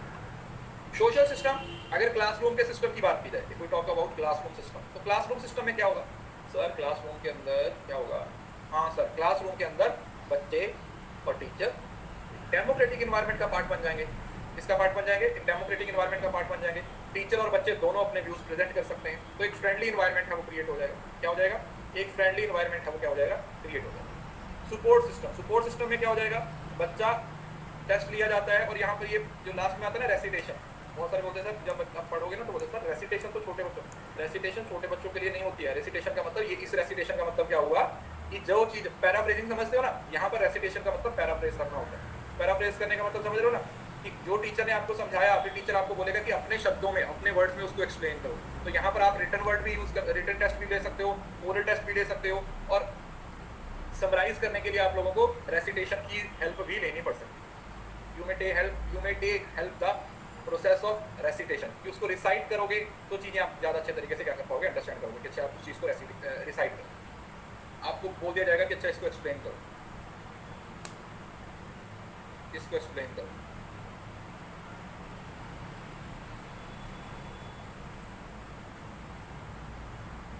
इसको एक्सप्लेन करो, सिंटेक्स भी आगे पढ़ेंगे, पपिल्स, पिपिल बच्चे को बोलते हैं, बच्चों को, स्टूडेंट को बोलते हैं, ये आ जाता है। ये देखो एक्सप्लोरेशन का मतलब क्या होता है, पहले एक्सप्लोर कर रहे हो, जैसे एक्सप्लोरेटरी रिसर्च पढ़ा था या नहीं पढ़ा था, एक्सप्लोरेटरी रिसर्च, तो पहले एक्सप्लोर करें, previous knowledge tested by questioning, आप ये एक्सप्लोर करने की कोशिश करोगे कि बच्चों के पास कितनी पुरानी नॉलेज है, पहले आप ये एक्सप्लोर करने की कोशिश करोगे कि बच्चों के पास पुरानी नॉलेज कितनी है, कि बच्चों को पहले का कितना आता है, पहले से बच्चे कितना सीख के आए हैं। Analyzing the content, the elements are arranged in a logical sequence for psychological point of view. Determine how the content of knowledge should be presented. कि बच्चों को पुरानी नॉलेज कितनी है, मेरे को सारे नए कंसेप्ट पढ़ाने हैं या फिर पुराने कंसेप्ट को भी ब्रश अप करवाना है। देन आ जाता है फिर प्रेजेंटेशन, टीचर एक्टिव रहता है, वो कंटेंट को छोटे छोटे हिस्सों में डिवाइड कर देता है, टीचर डायग्नोस करता है, ये देखता है कि बच्चों को चीजें समझ आ रही हैं या नहीं आ रही हैं, और फिर रिकैप्चुलेट करता है कॉन्सेप्ट को, बार बार रिवाइज करवाता रहता है, बार बार चीजों को लिंक करता रहता है, जब तक बच्चे उन सारी चीजों को अंडरस्टैंड नहीं कर लेते, ठीक है, जब तक वो चीजों को अंडरस्टैंड नहीं कर लेते तब तक टीचर अलग अलग तरीके से बच्चों को समझाने की कोशिश में लगा रहता है, तब तक टीचर बच्चों को अलग अलग तरीके से समझाने की कोशिश में लगा रहता है, जब तक बच्चे उस कंसेप्ट को अच्छे तरीके से अंडरस्टैंड नहीं करते, ठीक है, जब तक टीचर बच्चे उस कंसेप्ट को अच्छे से अंडरस्टैंड नहीं करते। देन आ जाता है असाइमिलेशन। अब देखो यार, दो कंसेप्ट हम बहुत ही ज्यादा इंपॉर्टेंट है। असाइमिलेशन का मतलब क्या होता है कि सिमिलर नॉलेज के साथ हम रिलेट करते हैं। सिंटेक्स में दो चीजें होती हैं, असाइमिलेशन होती हैं कि एक होता है अकोमोडेशन। असाइमिलेशन का मतलब होता है कि आपका माइंड डेवलप हो चुका है, तो अब आपके सामने उससे रिलेटेड जो भी नॉलेज आएगी, आप सिमिलर नॉलेज, असाइमिलेशन का मतलब होता है कि जो सिमिलर नॉलेज आ रही है आप उसको रिक्वायरमेंट के अकॉर्डिंग, समझ रहे हो ना, every purple studies in accordance with his requirement, अपनी रिक्वायरमेंट के अकॉर्डिंग पढ़ता है, लेबोरेटरीज में, लाइब्रेरीज में एक्टिवली क्या करता है, नॉलेज को गेन करने की कोशिश करता है, और वो नॉलेज उसके कितने काम की है ये हमें यहाँ पर पता चल रहा है। एक्चुअली जीन पियाजे ने ये दो कंसेप्ट दिए थे, एक असाइमिलेशन दिया था, एक अकोमोडेशन दिया। ये चार्ट है एक असाइमिलेशन का और एक अकोमोडेशन का, भी मैं आपको खुद समझा देता हूँ, इसको पढ़ना हुआ तो पढ़ लीजिए।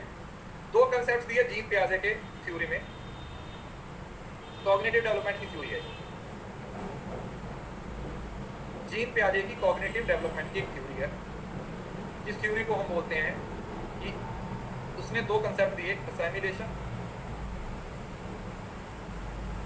और अकोमोडेशन। असाइमिलेशन का मतलब होता है कोई भी नॉलेज जो आपके प्री एग्जिस्टिंग माइंडसेट में आप is as it as accept कर सकते हो। जैसे आपका दिमाग चौरस है तो किसी भी तरीके की चौरस इंफॉर्मेशन आएगी तो आप उसको उसके अंदर एक्सेप्ट कर लोगे। असाइमिलेशन का मतलब होता है सिमिलर नॉलेज को एक्सेप्ट कर लेना आपके दिमाग के बिल्डिंग ब्लॉक्स के अकॉर्डिंग एज इट इज। उसको जिस तरीके से वो है उसको उस तरीके से आप क्या कर लेते हो, आप एक्सेप्ट कर लेते हो। ठीक है, पहले लिख लो, उसके बाद मैं आपको समझाता हूँ एक्स की एग्जांपल। और अकोमोडेशन का मतलब क्या होता है कि आप अपने दिमाग में उस नॉलेज को एक्सेप्ट नहीं कर पाते हो, आपको अपने माइंड को क्या करना पड़ता है, चेंज करना पड़ता है उस नॉलेज को एक्सेप्ट करने। आपको अपने माइंड को चेंज करना पड़ता है, अपने माइंड को मॉडिफाई करना पड़ता है किसी नॉलेज को एक्सेप्ट करने के लिए। फॉर एग्जाम्पल मैं बताऊँ, जब कोई बच्चा छोटा होता है उसको जानवरों के बारे में समझाया जाता है तो उसको कुत्ता दिखाते हैं तो बोलते हैं ये एक एनिमल है। अच्छा, फिर एक वो बिल्ली को देखता है, वो बिल्ली को देख के बोलता है अच्छा ये भी एक एनिमल है। फिर वो हाथी को देखता है, उसको देख के बोलता है एनिमल। क्यों? क्योंकि जब आपने उसको एक डॉग दिखाया, जब आपने उसको एक कुत्ता दिखाया तो उसके दिमाग में कुत्ते की एक इमेज बन गई, इसकी 4 टांगे हैं, क्या है, 4 लेग्स हैं। तो उसके दिमाग में ये बन गया कि जो भी एनिमल होगा वो 4 टांगों वाला होगा। वो क्या होगा, वो 4 टांगों वाला होगा और उसके साथ साथ वो भौंकता होगा। उसके दिमाग में ये है। तो अब उसके दिमाग में कुत्ता एक एनिमल बन चुका है और उसे लगता है कि सारे जानवर ऐसे होते हैं। तो वो बिल्ली को भी क्या बोलेगा, कुत्ता बोलेगा, हाथी को भी कुत्ता बोलेगा। क्यों? क्योंकि उसके दिमाग में वो चीज फिक्स हो चुकी है, उसका माइंड उतना ही डेवलप हुआ है। लेकिन जब अचानक से बिल्ली म्याऊं म्याऊं करेगी या हाथी अपनी आवाज में बोलेगा, गाय अपनी आवाज में बोलेगी, तब वो कंफ्यूज हो जाएगा। तब वो कंफ्यूज हो जाएगा कि यार ये कैसे हो सकता है। क्यों? क्योंकि उसके दिमाग में तो यही इमेज है कि ये जानवर है। लेकिन जब उसको फिर अपनी माइंडसेट को चेंज करना पड़ेगा, हर जानवर के लिए अलग अलग थी। ठीक है, 4 टांगे तो हैं, लेकिन बिल्ली की अलग आवाज है, हाथी की अलग आवाज है, गाय की अलग आवाज है और कुत्ते की अलग आवाज है। That is accommodation. समझ आ गया डिफरेंस? दोनों में डिफरेंस समझ आ गया? असाइमिलेशन का मतलब होता है जब आप सिमिलर नॉलेज को जैसे आपको वो मिल रही है उसको वैसे ही आप एक्सेप्ट कर लेते हो।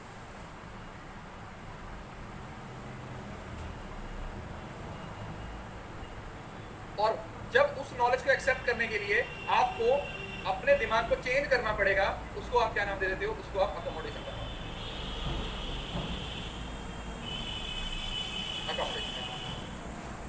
तो यहाँ पर वो असाइमिलेशन और अकोमोडेशन होती है। ठीक है, इसके अंदर वही सारी राम कहानी लिखी हुई है, अगर आप पढ़ना चाहते हो तो पढ़ सकते हो। असाइमिलेशन का मतलब होता है interpreting new experience into existing experience. दिमाग को चेंज किए बगैर, दिमाग को चेंज किए बगैर जो नॉलेज हमें मिल रही है उसकी बात की जा रही है। और अकोमोडेशन का मतलब जब आपके करंट अंडरस्टैंडिंग में नई नॉलेज को लेके नहीं आ सकते तो आप लोगों को अपने माइंड को क्या करना पड़ता है, चेंज करना पड़ता है। You need to change.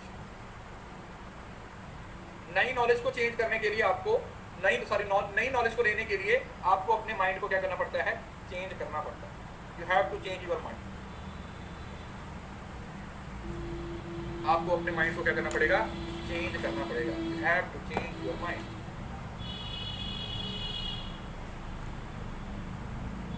और जहां पर ये दोनों चीजें बराबर हो जाएंगी उसको हम क्या पॉइंट दे देते हैं, उसको हम बोल देते हैं इक्विलिब्रियम। अब ये बैलेंस हो गई, ये बैलेंस हो गई। और एक और चीज, जो हमारा प्री एग्जिस्टिंग माइंडसेट होता है, कौन सा, जो हमारा प्री एग्जिस्टिंग माइंडसेट होता है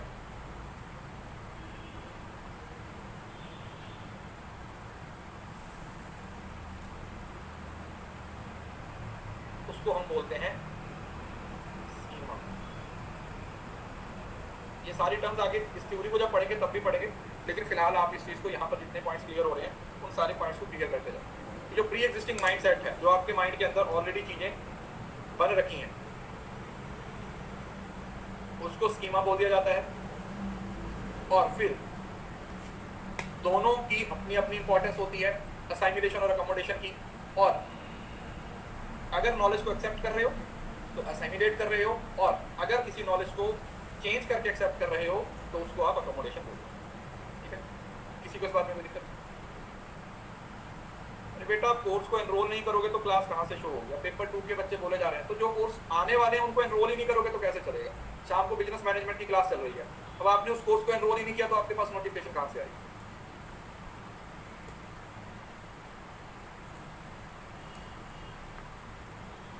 अरे इतना बड़ा एग्जाम्पल तो दे दिया मैंने, ये बच्चों की एग्जाम्पल दिया है, 4 टांगों वाला हर जानवर होता है, यहाँ तक अकोमोड असिमिलेशन था, लेकिन जब उन्होंने अलग अलग आवाजें निकाली तो फिर वो अकोमोडेशन करना पड़ा, उसको अपने माइंड को चेंज करना पड़ा हर जानवर के लिए, हर जानवर के लिए उसको अपने माइंड सेट को चेंज करना पड़ेगा।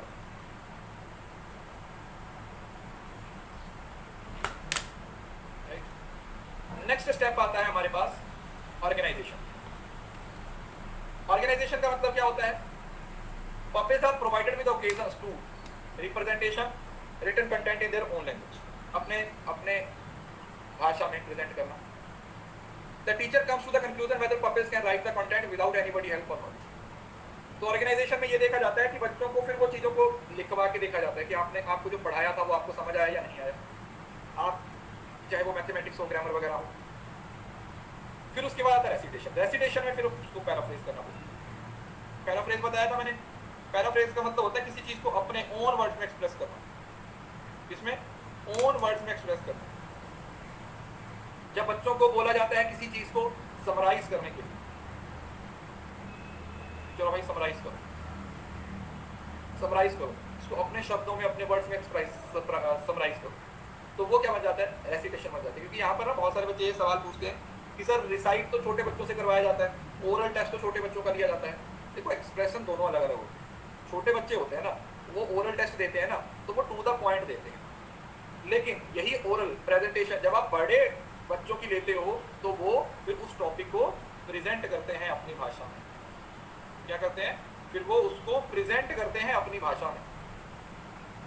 छोटे बच्चे क्रैमिंग तक रहते हैं, छोटे बच्चों का पर्पस सिर्फ क्रैमिंग तक होता है, लेकिन जो बच्चे बड़े हो जाते हैं वो क्रैमिंग पे फोकस नहीं करते, वो उसको और एक्सप्रेस करते हैं, अपने पॉइंट ऑफ व्यू से ज्यादा बताते हैं। ठीक है, अब नेचर ऑफ सब्जेक्ट मैटर का यहाँ पर क्या होगा? सब्जेक्ट ज्यादा हो जाते हैं। बहुत बड़ा बैग उठा के जाते हो आप स्कूल में, 6वीं 7वीं 8वीं 10वीं क्लास में एक बड़ा बैग होता है, तो बहुत सारे सब्जेक्ट्स हैं जो आपको क्या करने पड़ते हैं? स्टडी करने पड़ते हैं। टीचर का रोल क्या होता है? ना तो बहुत ज्यादा डोमिनेट करता है और ना ही ज्यादा प्रेशर डालता है, तो एक बराबर सा रोल हो जाता है। ठीक है, क्योंकि स्टूडेंट और टीचर दोनों ही इस लेवल पे क्या हो जाते हैं? एक्टिव हो जाते हैं। रोल ऑफ लर्नर है, बच्चा भी क्या हो जाता है? बच्चा भी क्वेश्चंस पूछ सकता है, बच्चा भी अपने डाउट्स को क्लियर कर सकता है, तो ये चीजें आ जाती हैं। देन आ जाता है मेथड्स। अब यहाँ पर कैसे कैसे मेथड्स आएंगे? यहाँ पर जैसे लेक्चर्स, डेमोन्स्ट्रेशन, डिस्कशन आ जाएगा, inductive, deductive, experimentation, explanation, gamification, इस तरीके की चीजें हैं वो करते हैं। और मोटिवेशन, यहाँ पर बच्चों को बाहर से मोटिवेट तो करेगा टीचर, लेकिन इस लेवल पे आके ना बच्चे अंदर से भी अपने आप को मोटिवेट करना शुरू कर देते हैं। ठीक है, उनके अंदर समझ रहे हो ना, जब आप टीन एज पे आ जाते हो, टीन एज की एज पे होते हो, तो वहां पर बच्चों के अंदर ना एक वो अपनी पहचान बनाने वाला एक इच्छा शक्ति हो जाती है। यस और नो? जब हम टीन एज में एंटर करते हैं, 12-13 साल की उम्र में आते हैं, तो वहां पर क्योंकि बहुत सारी चीजें चेंज हो रही होती हैं, तो हम उन सारी चीजों को ध्यान में रखते हुए अपने आप की अंडरस्टैंडिंग पे फोकस करते हैं, हम अपने आप को समझने की कोशिश करते हैं और आगे बढ़ने की कोशिश करते हैं। और यहाँ पर एक सवाल बहुत आता है, इसी एज में, टीन एज में ही बच्चे आइडियल वर्शिप करना शुरू कर देते हैं, किसी को अपना आइडियल मान लेते हैं, किसी एक्टर को एक्टर जैसा बनना शुरू करते हैं, उसके जैसे बाल रखते हैं, जिम जाना शुरू कर देते हैं कि उसकी जैसी बॉडी बनानी है। समझ रहे हो ना? तो ये वो वाली स्टेज होती है। कोई एक्टर एक्ट्रेस कुछ भी हो सकता है, कोई प्लेयर हो सकता है, और फिर हम उसको एकदम भगवान की तरह क्या करते हैं? मानना शुरू करते हैं, उसको भगवान की तरह मानना शुरू कर देते हैं। कोई भी आइडियल हो सकता है, मॉडल को आप मान सकते हैं, किसी को इस बात में कोई दिक्कत। अंडरस्टैंडिंग में इवैल्यूएशन कैसे किया जाएगा? वही ऐसे टाइप क्वेश्चन आ जाएंगे। मेरिट्स हैं, इजी हो जाता है, डीमेरिट्स भी आप लोगों को अभी पढ़ेंगे। रिफ्लेक्टिव लेवल, 1 मिनट का ब्रेक ले लीजिए, 1 मिनट का ब्रेक ले लीजिए। तीसरा सबसे level important, reflective level. Reflective level किसने दिया था? This level is given by Hunt. किसके द्वारा दिया गया था? हंट के द्वारा दिया गया। किसने दिया था? हंट ने दिया। हंट ने दिया। ये वो वाला लेवल आ जाएगा जहां पर बच्चे पूरे का पूरा क्या हो जाएंगे? बड़ा इंडिपेंडेंट हो जाते हैं।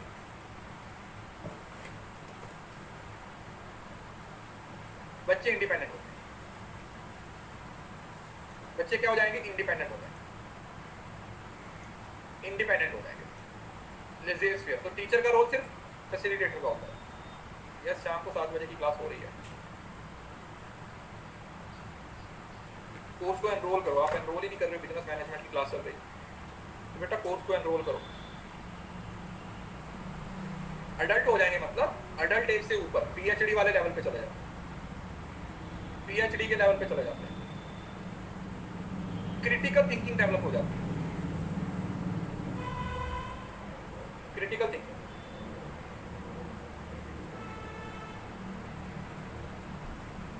इस लेवल पे आके बच्चों की जो क्रिटिकल थिंकिंग है वो डेवलप हो जाती है।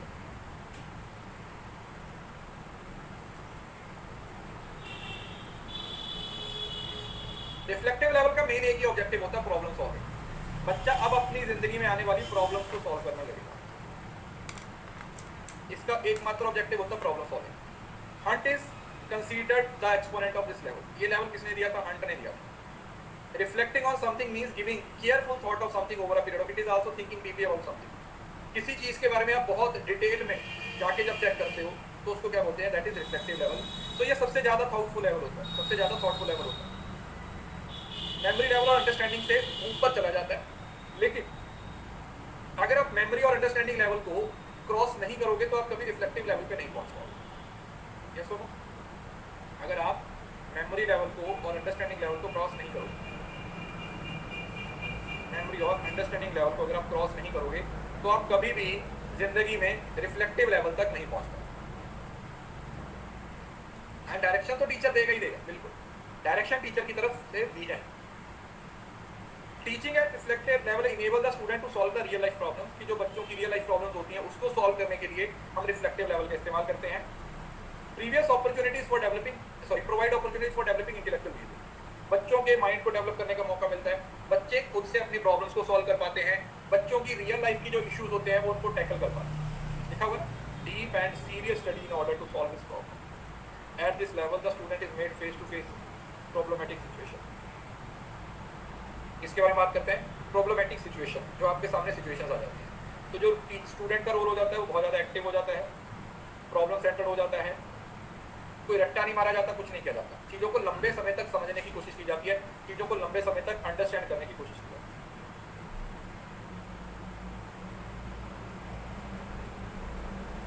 तो टीचर का रोल है वो उतना एक्टिव नहीं होता, सिर्फ फैसिलिटेटर तक सीमित रह जाता है। कहाँ तक रह जाता है? फैसिलिटेटर तक सीमित रह जाता है, कि टीचर बस फैसिलिटेट करने की कोशिश करता है। स्टूडेंट्स एक्टिव होते हैं, हाईली एक्टिव होता है।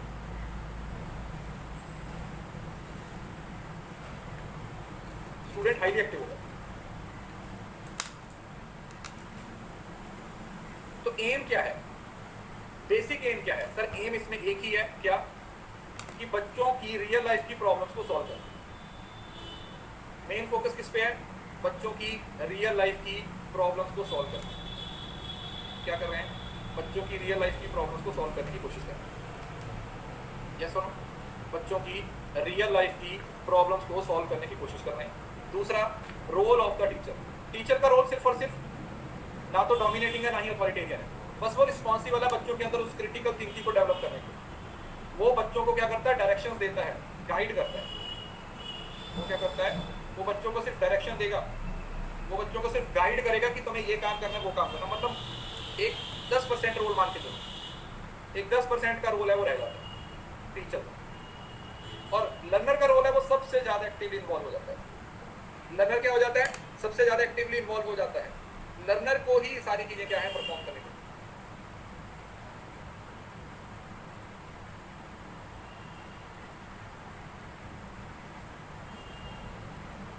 क्लियर है?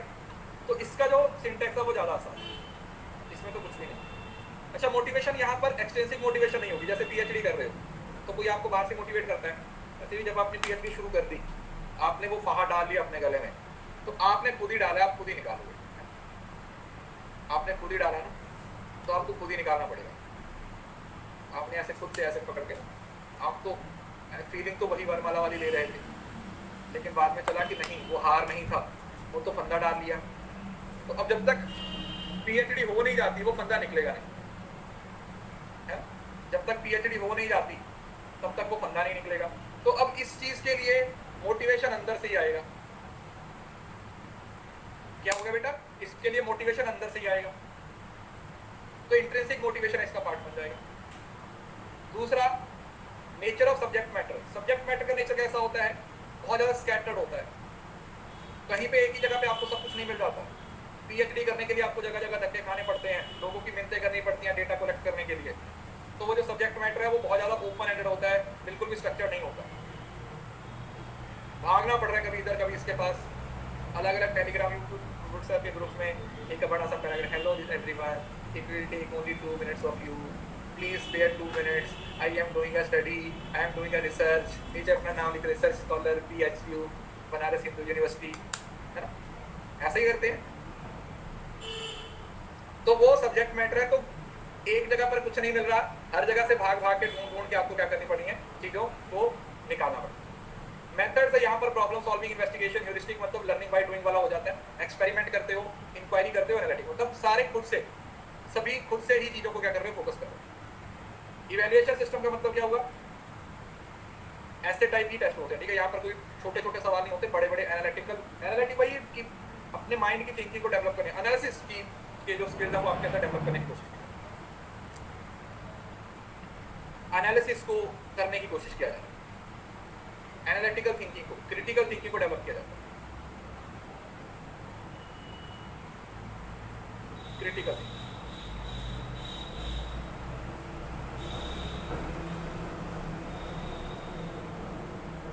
You are focusing on the critical thinking. Heuristic method होता है आई फाउंड, ये डिस्कवरी मेथड होता है, सेल्फ डिस्कवरी। ये क्या है? सेल्फ डिस्कवरी मेथड होता है। सेल्फ डिस्कवरी मेथड होता है, ये आगे भी हम बताएंगे, इसको टॉपिक को डिटेल में पढ़ेंगे, आगे भी इसको डिटेल में पढ़ेंगे। अब इसके स्टेप्स हैं वो बड़े आसान हैं। फोकस किस पे है सर? फोकस तो problem solving, critical thinking, independent और ओरिजिनल थिंकिंग पे है। फोकस किस पे है? फोकस सर हम अपनी प्रॉब्लम सॉल्विंग के स्किल्स को डेवलप करना चाहते हैं, हम क्रिटिकल थिंकिंग को डेवलप करना चाहते हैं, और जो ओरिजिनल थिंकिंग है उस पर फोकस करना चाहते हैं। देखो, अगर किसी को लगता है कि क्लासेस में ज़्यादा हो है तो बेटा फिर आप अगले साल जून के अटेम्प्ट के लिए तैयारी कर सकते हैं, क्योंकि जिस स्पीड से आप इतना भागते हो पढ़ाई से, तुम तो एक सिलेबस एक साल में भी खत्म नहीं होगा। मतलब मैं इससे ज़्यादा भी पढ़ाना चाहता हूँ। आप नए हो, मैं आपको सीधी बात बताता हूँ, आपको कोई आइडिया नहीं है कि कितना बड़ा सिलेबस है। फिर आप जैसे ही बच्चे आके बोलते हैं सर सिलेबस नहीं हुआ था, भाई मैं क्या कर सकता हूँ, मैंने तो करवा दिया। अब आपके अंदर ही पोटेंशियल नहीं है, आप खुद से ही बैठना नहीं चाहते हो, आप खुद से ही भागते रहते हो, तो फिर आपको उसमें तो देखना पड़ेगा। कोई एक्सक्यूज नहीं है। अगर एक एग्जाम को क्लियर करने के लिए इतने एफर्ट्स की जरूरत है तो उतने एफर्ट करोगे तभी क्लियर होगा। जितनी मेहनत की जरूरत है उस मेहनत को करना ही पड़ेगा।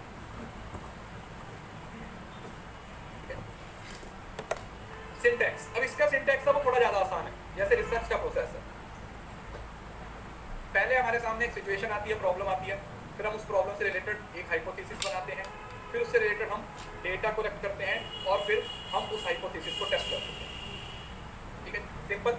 हम क्या करते हैं, पहले हमारे सामने एक प्रॉब्लम है, उसका हम एक हाइपोथेसिस बनाते हैं, फिर उसका हम डेटा कलेक्ट करते हैं और फिर हम उस हाइपोथेसिस को टेस्ट कर लेते हैं और पता चल जाता है कि क्या वो सही था या गलत, क्या वो सही था या नहीं। तो बेसिकली एक रिसर्च का जो प्रोसेस है वही सेम प्रोसेस है। तो पीएचडी तो कर रहे हो आप इस लेवल पे, रिसर्च का जो प्रोसेस है वही इसके अंदर।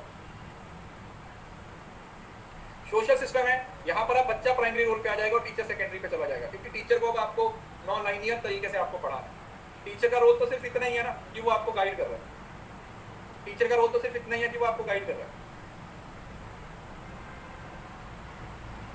देन आता सपोर्ट सिस्टम। सपोर्ट सिस्टम के मतलब यहाँ पर आपको बड़ी बड़ी रिपोर्ट्स लिखनी पड़ती हैं, बड़े बड़े सब्जेक्ट्स लिखने पड़ते हैं और इवन कि आपके बिहेवियर वगैरह को भी इवैल्यूएट किया जाता है। जैसे आप पीएचडी की इंटरव्यू होती है ना, कि आप अपनी रिपोर्ट लिख देते हो जब जिस दिन पीएचडी की प्रेजेंटेशन होती है, तो यहाँ पर ऐसे टाइप चीज़ों पे काम किया जाता है। यहाँ पर इवैल्यूएटिव चीज़ों पे काम किया जाता है, इवैल्यूएशन वाली चीज़ों पे फोकस किया जाता है।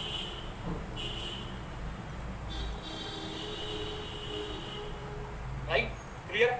तो ये है हमारा अंडरस्टैंड रिफ्लेक्टिव लेवल। उसके बाद ये वाला आपने चार्ट अपना घर से पढ़ना है, पूरा टॉपिक इस पर्टिकुलर चार्ट से रिवाइज हो जाएगा। जितना भी 20-25 स्लाइड्स में पढ़ा है ना, उसको मैंने 2 स्लाइड्स पे क्या कर दिया, समराइज कर दिया पूरे का पूरा, ताकि आप इसको अपने एंड से एक बार पढ़ सको, अपने एंड से इसको क्या कर सको, एक बार कवर कर सको। लास्ट में कुछ नहीं था। सपोर्ट सिस्टम का मतलब इवैल्यूएशन कैसे किया जाएगा, how we will do the evaluation. Evaluation कैसे करेंगे बच्चे, इवैल्यूएट करने के लिए फिर उसका जो वाइवा वगैरह होता है वो सब चीजें इसका पार्ट बन गया, वाइवा वगैरह भी है। 1 मिनट का ब्रेक ले लो, अगला टॉपिक शुरू करेंगे DH और के। जिसको ज़्यादा लग रहा है तो जाओ, मेरे को मत बताओ क्या पढ़ाना है, कैसे पढ़ाना है, कितना पढ़ाना। इस क्लास में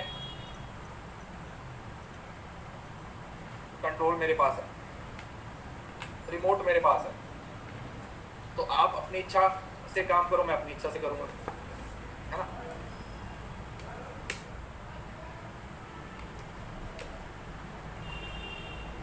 आप अपने हिसाब से पढ़ो, मैं अपने हिसाब से पढ़ाऊंगा। तो रिस्ट्रिक्ट का मेथड होता है बेटा डिस्कवरी मेथड, जब बच्चे खुद से कुछ डिस्कवर करके फाइंड आउट करते हैं।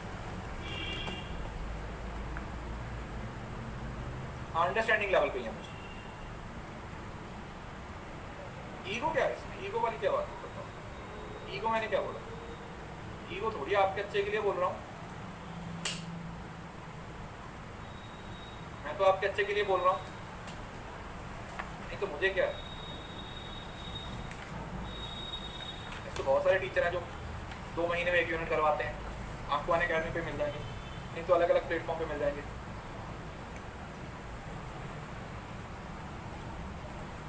आपकी इच्छा है। आपको इस सब्जेक्ट का नेचर समझना पड़ेगा, बात को समझ लो। आपको इस सब्जेक्ट का नेचर समझना पड़ेगा। ये ना तो तुम्हारे कॉलेज का कोई एग्जाम है कि 1 दिन में पढ़ेंगे तो क्लियर हो जाएगा। तुम अभी भी इस एग्जाम को लेके सीरियस नहीं, मैं बता रहा हूँ, तुम सीरियस ही नहीं हो। तुम्हें लगता है कि बहुत आसान है, तो हो ही जाएगा, कोई दिक्कत नहीं। मैं भी कुछ कह नहीं रहा हूँ अभी आप, मैं भी सिर्फ पढ़ाने पे फोकस कर रहा हूँ। जब बचेगा ना 2 महीने, जब बचेगा 1.5 महीना, 1-2 अटेम्प्ट में 1-1, 2-2 नंबर से जब रुक जाओगे ना, तब आपको रियलाइज होगा कि नहीं यार, जब पढ़ने का टाइम था ना, बहुत बड़ी गलती कर दी।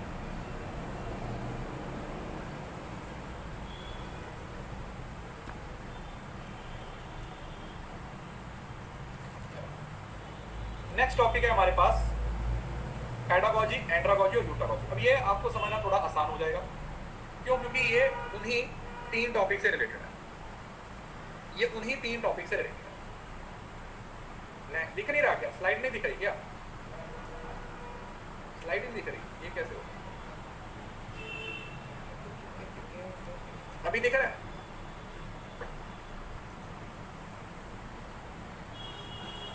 रुको रिफ्रेश करता हूँ।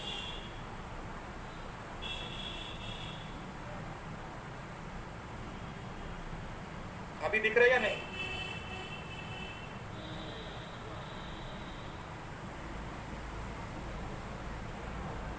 अभी दिख रहा है?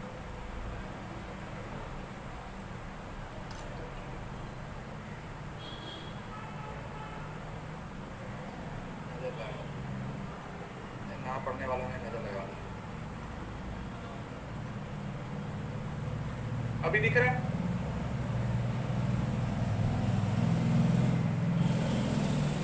जब कुछ दिख जाएगा मेरे को बता देना।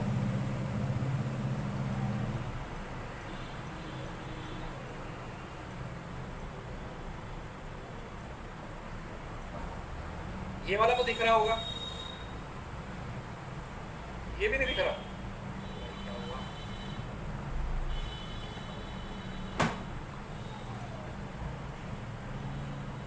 अभी ब्लैक स्क्रीन दिख रही है सबको? अभी ब्लैक है? अभी जो मैंने लिखा दिख रहा है? चलो पढ़ा के तो जाऊंगा बेटा, मेरा जन्म ही तुम्हारा खून पीने के लिए। धरती पे आता तो भगवान मेरे माथे पे लिख के भेजा तो सारी जिंदगी बच्चों का खून देगा। पेडागॉजी, एंड्रागॉजी और यूटागॉजी। ये तीनों टॉपिक हैं जो हम समझने वाले हैं। पेडागोजी का मतलब होता है, देखो पेड का मतलब होता है चिल्ड्रन और एगोगस का मतलब होता है लीडर। प्लीज बातें बात। एगोगस का मतलब होता है लीडर, मतलब it is the art and science of teaching children, जो छोटे बच्चों को पढ़ाया जाता है। It is all about teaching approaches, teaching methods, है ना, टीचिंग पेडागोजी, छोटे बच्चों को कैसे पढ़ाना है, कैसे उनका ध्यान रखना है। So it is the art and science of teaching children, art and science of teaching children. छोटे बच्चों को पढ़ाने को हम क्या बोल देते हैं, पेडागोजी बोल देते हैं। तो इसके अंदर ये सब कुछ आ जाएगा, teaching strategies, teaching approaches, teaching methods, teaching models, teaching behaviour, teaching style, teaching devices, teaching skills और टीचिंग एड्स। समझ रहे ना। So pedagogy is nothing, it is all about teaching. हर चीज जो टीचिंग से रिलेटेड है उसको किसके अंदर कवर करते हैं, पेडागोजी के अंदर कवर करते हैं। तो जब हम पेडागोजिकल प्लान की बात करते हैं तो छोटे बच्चों को क्या पढ़ाना है, what content need to be covered, हमें पता है कि छोटे बच्चों को क्या पढ़ाना है, और उसको फिर एक मीनिंगफुल मैनर में, एक सिस्टमैटिक मैनर में क्या करेंगे, फोकस करेंगे, लॉजिकल सीक्वेंस में लगाएंगे और फिर बच्चों को वो पढ़ा देंगे, ट्रांसमिट कर देंगे, ताकि बच्चे उस चीज को क्या कर सके, अंडरस्टैंड कर सके, ताकि बच्चे उस चीज को क्या कर सके, प्रॉपर्ली अंडरस्टैंड कर सके। पेडागोजी, छोटे बच्चों को पढ़ाने की जो अप्रोचेज होती है उसको पेडागोजी का नाम दे दिया। तो अब पेडागोजी के अंदर इंस्ट्रक्शंस क्या है, मैंने आपको बताया पेडागोजी मेमोरी लेवल है, तो मेमोरी लेवल के सारे पॉइंट्स आ जाएंगे।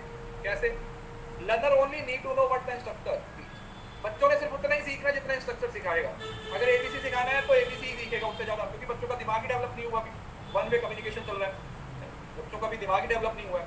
द इंस्ट्रक्टर डिपेंडेंट एंटिटी, बच्चे टीचर पे डिपेंड कर रहे हैं, प्रीवियस नॉलेज है वो इतनी ज्यादा, the learners previous knowledge of little consequences as a resource of learner, बच्चों की पुरानी नॉलेज को थोड़ा बहुत इंपॉर्टेंस दी जाती है नई नॉलेज के साथ रिलेट करने के लिए। लर्नर है वो हमेशा सीखने के लिए तैयार रहता है। छोटे बच्चों को बड़े अटेंटिव होते हैं, जब आप उनको पढ़ाने लगो ना, पढ़ाने लगते हो तो उनके अंदर एक इच्छा होती है, एक शक्ति, इच्छा शक्ति होती है सीखने की। तो लर्नर होता है वो सब्जेक्ट सेंटर्ड होता है। सब्जेक्ट सेंटर्ड का मतलब कि उसको जो पढ़ाया जा रहा है उस पर वो ज्यादा फोकस करता है, बच्चे को जो पढ़ाया जा रहा है, सब्जेक्ट जो पढ़ाया जा रहा है उस पर ज्यादा फोकस होता है। बच्चों को बाहर ही एक्सटर्नल मोटिवेशन दी जाती है। तो कुछ बेसिक प्रिंसिपल, अगर आप इसको ध्यान से पढ़ते हो, मेरे को एक बात बताओ, ये जो सारी चीजें आप लोगों ने पढ़ी हैं, घुमा फिरा के मेमोरी लेवल या कुछ और है, बताओ। मतलब आप सारा छोड़ो, लेकिन प्रैक्टिकल देखा जाए तो मेमोरी लेवल की पॉइंट है। तो इसी वजह से मैंने आपको बोला था कि ये टॉपिक ज्यादा आसान हो जाएगा आप लोगों को अंडरस्टैंड करना। उसने ये बताया है, किसके द्वारा दिया गया था, गंडम के द्वारा। बंदे का नाम क्या है, गंडम। तो उसने बताया कि जब हम पेडागोजिकल तरीके से बच्चों को पढ़ाते हैं तो हम कौन कौन सी चीजों का ध्यान रखें। सबसे पहले, teacher must be accordance with the student stage of development. छोटे बच्चे हैं तो बच्चों को वैसा ही एक टीचर मिलना चाहिए। हम एक मैक्सिम पढ़ के आ रहे थे, कौन सा, साइकोलॉजिकल टू लॉजिकल, याद है, साइकोलॉजिकल टू लॉजिकल, जिसमें मैंने आपको बताया था कि बच्चों को, जो छोटे बच्चे होते हैं उनको साइकोलॉजिकल लेवल पे पढ़ाया जाता है, और जब बच्चे बड़े हो जाते हैं तो उनको लॉजिकल लेवल पे पढ़ाया जाता है। तो ये वही चीज, all learning happens through senses. ये मैं बोलते हैं कि जो बच्चों को ज्ञान मिल रहा है वो किससे मिल रहा है, उनकी ज्ञान इंद्रियों से मिल रहा है। हमें छोटे छोटे लॉजिक से, वही जो टीचिंग के मैक्सिम्स हैं, पहले आसान चीजें पढ़ाओ फिर डिफिकल्ट पढ़ाओ, है ना, पहले पास वाली चीजों को पढ़ाओ फिर दूर वाली चीजों को पढ़ाओ। बहुत सारे सब्जेक्ट्स नहीं पढ़ा सकते छोटे बच्चे, वही उनको 2 से 3 ही सब्जेक्ट होते हैं, जैसे हिंदी इंग्लिश होता है, एक मैथ होता है। जब छोटे होते बच्चे पहली दूसरी क्लास में ये 2-3 सब्जेक्ट ही होते हैं ना, ये 2-3 सब्जेक्ट ही होते हैं, क्योंकि अभी बच्चों का दिमाग ही उतना डेवलप नहीं हुआ है। Teacher should process slowly slowly slowly slowly slowly slowly slowly, धीमे धीमे से चलो। टीचर को बोलता है भाई प्यार से, क्योंकि बच्चे तो अभी सीख रहे हैं ना, उनका दिमाग उतना डेवलप नहीं हुआ। Then nature makes no jump. Nature makes no jump का मतलब है कि भैया आप ज्ञान की बातें जिस लेवल के बच्चे हैं उस लेवल के बच्चों को उतना ही ज्ञान दे सकते, उससे ज्यादा उनको ज्ञान नहीं दे सकते। According to their needs, according to their needs, जितनी जरूरत है उसके अकॉर्डिंग ही आप काम कर सकते हो, उससे ज्यादा आप कुछ नहीं। स्लोली स्लोली, धीमे धीमे आपको आगे बढ़ना पड़ता है। अब एंड्रागोजी में जब पढ़ाऊंगा तब इस चार्ट को पढ़ाऊंगा, पहले हम थोड़ा सा, ये पढ़ने की जरूरत नहीं है। पेडागोजी में क्या क्या किया जाता है, डायरेक्ट टीचिंग। देखो डायरेक्ट टीचिंग का मतलब क्या होता है, जब आप डायरेक्टली बच्चों को पढ़ा रहे हो, सीधा रूल्स पे फोकस कर रहे हो, सीधा आप जाके क्या करो, वही डिडक्टिव है। डिडक्टिव ये किसका पार्ट बन जाएगा, ये डिडक्टिव का पार्ट बन जाएगा। सीधा जाके आपने पहले प्रिंसिपल बता दिया। क्या कर दिया? जाते ही आप लोगों ने प्रिंसिपल बता दिया, उसके बाद उसकी एक्सप्लेनेशन दे दी। Direct teaching. इनडायरेक्ट का मतलब क्या हो जाता है? यहाँ पर आप बच्चों को ना इन्वॉल्व करने की कोशिश करते हो, यहाँ पर आप डिडक्टिव की बजाय इंडक्टिव पे फोकस करने की कोशिश करते हो। यार बच्चों को थोड़ा बहुत ना डिस्कवरी पे फोकस किया जाए, बच्चों को छोटी छोटी चुटू सी एग्जांपल दी जाए, इतू सी एग्जांपल दी जाए, जिन एग्जांपल से शुरू करके बच्चे खुद से फिर नॉलेज को क्रिएट करने की कोशिश करें। देन आता है इंटरेक्टिव टीचिंग। इंटरेक्टिव का मतलब क्या हुआ? जहां पर टीचर बच्चों के साथ इन्वॉल्व हो जाता है, समझ रहे हो ना? टीचर और स्टूडेंट मिलके किसी चीज का सोल्यूशन ढूंढने की कोशिश करते हैं। They try to find a solution in a friendly democratic way. कैसे? एक डेमोक्रेटिक वे में हम किसी पर्टिकुलर प्रॉब्लम का सॉल्यूशन ढूंढने की कोशिश करते हैं मेरे प्यारे बच्चों। तो इंटरेक्टिव वे में टीचर स्टूडेंट का जो इंटरेक्शन है उसको बढ़ाने की कोशिश की जाती है, उसको ऊपर लेके जाने की कोशिश की जाती है। और देन आता है एक्सपेरिमेंटल, जहां पर बच्चे लर्निंग बाय डूइंग करते हैं। क्या करते हैं? Learning by doing. खुद से साइंस के एक्सपेरिमेंट छोटे छोटे, समझ रहे हो? लर्निंग बाय डूइंग, जिसको आप प्रैग्मैटिज्म भी बोलते हैं। तो अलग अलग लेवल पे हम इन अलग अलग अप्रोचेस का क्या कर सकते हैं? इस्तेमाल कर सकते हैं। कोई सीखे इनसे। तो हम इन सारी चीजों को बढ़ाने की कोशिश करते हैं, हम इन सारी चीजों पे फोकस करने की कोशिश करते हैं। मैं सभी को एक बार दोबारा पढ़ा देता हूँ। डायरेक्ट टीचिंग का मतलब क्या हुआ? आपने डायरेक्टली जो भी पढ़ाना था पढ़ा दिया, गए बच्चों के मुंह पे मारा जो पढ़ाना था, ऐसे। इनडायरेक्ट में फिर आपने डायरेक्टली नहीं पढ़ाया, आप बच्चों को प्रमोट कर रहे हो, थोड़ा थोड़ा पढ़ा रहे हो। सारा नहीं बताऊंगा मैं, कुछ सा बताऊंगा, छोटा छोटा बताऊंगा, बाकी आपको बताना पड़ेगा। बच्चों को इन्वॉल्व करने की कोशिश कर रहे हैं। इंटरेक्टिव में फिर आप बोलते चलो मिलके खेलते, चलो मिलके खेलते। इंटरेक्टिव टीचिंग में क्या होता है? मिलके खेलने लगते हैं। एक्सपेरिमेंटल में आप बच्चों को एक्सपेरिमेंट करने के लिए क्या करते हो? प्रमोट करते हो कि आप एक्सपेरिमेंट करो, और फिर वो एक्सपेरिमेंट से आप उनको सिखाने की कोशिश करते हो। बच्चों को एक्सपेरिमेंट की हेल्प से क्या करते हो? सिखाने की कोशिश करते हो। छोटे छोटे बच्चे जो छोटे छोटे एक्सपेरिमेंट, समझ। तो ये आप लोगों का पेडागोजी है। अब उसके बाद होता है हमारे पास एंड्रागोजी। देखो एंड्रागोजी आपका अडल्ट लर्निंग हो जाएगा, ठीक है? इसको मैं कल पढ़ाऊंगा, मैं सिर्फ आपको कंपैरिजन चार्ट समझा दूंगा ताकि जब आप खुद पढ़ो तो आपको समझ आए। अडल्ट लर्नर मतलब एक तरीके से अंडरस्टैंडिंग लेवल आपकी एंड्रागोजी में आ जाती है। कहां पर आ जाती है? अंडरस्टैंडिंग लेवल आपकी एंड्रागोजी में आ जाती है, अडल्ट लर्निंग का पार्ट बन जाता है।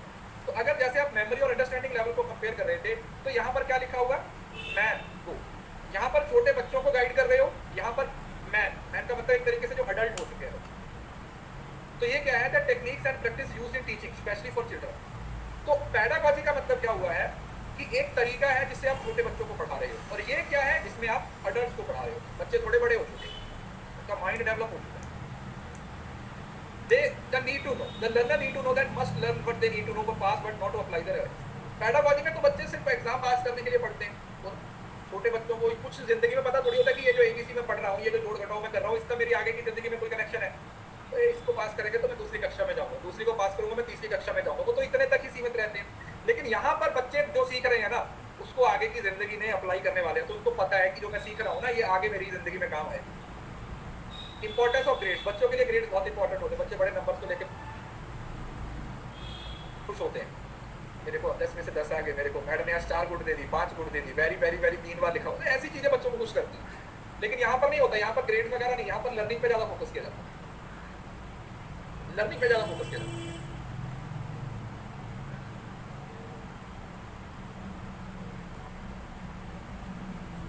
आजकल तो छोटे बच्चे भी बच्चे नहीं रहे। तीसरी क्लास का बच्चा वो मैडम के पास गया, बोला मैडम मैं आपको कैसा लगता हूँ? बोली तुम बहुत अच्छे हो। बोला नहीं नहीं, मैं आपको कैसा लगता हूँ? बोली मुझे तो तुम बहुत अच्छे लगते हो। बोला कितना अच्छा? बोली बहुत अच्छे लगते हो। तो बोला घर पे बात कर। बच्चे भी बच्चे नहीं रहे भाई। कहने को पेडागोजी है, लेकिन असल में भाई आजकल 2000 तक बच्चे पैदा होते थे, 2000 के बाद बच्चे पैदा होने बंद हो गए। अब बाप पैदा हो रहे हैं। अब तो ये नहीं बोलता कि आपके घर में बेटा हो, वो तो बाप हो। तो अगर आप 2000 से पहले पैदा हुए तो आप बच्चे, अगर आप 2000 के बाद पैदा हुए तो बच्चे नहीं, बाप पैदा हुए। लर्नर का कंसेप्ट क्या होता है? Self concept. बच्चा अपने टीचर पे डिपेंड करता है। बच्चा अपने टीचर पे डिपेंड करता है, और यहाँ पर बच्चा टीचर पे डिपेंड करता है, लेकिन खुद से भी क्या करता है? आगे बढ़ने की कोशिश करता है। खुद से भी आगे बढ़ने की कोशिश करता है। नेचर, पेडागॉजी में चीजें ज्यादा ऑर्गेनाइज होती हैं, यहाँ पर चीजें ज्यादा ऑर्गेनाइज ना होकर थोड़ी मोटिवेशनल होती है, बच्चे खुद से चीजों को सोचने की समझने की कोशिश करते हैं। रेडीनेस टू लर्न, यहाँ पर बच्चे नंबर लेने के लिए, सब कुछ सीखने के लिए तैयार होते हैं, और यहाँ पर बच्चे उन सारी चीजों पे फोकस करते हैं जो उनको आगे बढ़ने में हेल्प करे। मतलब दोनों जगह पर सीखने के लिए तैयार है, लेकिन यहाँ पर क्या सीखने के लिए तैयार है कि बच्चे उन सारी चीजों को ज्यादा सीखने के लिए तैयार हैं जो उनकी पर्सनल लाइफ में उनको आगे लेके जाए।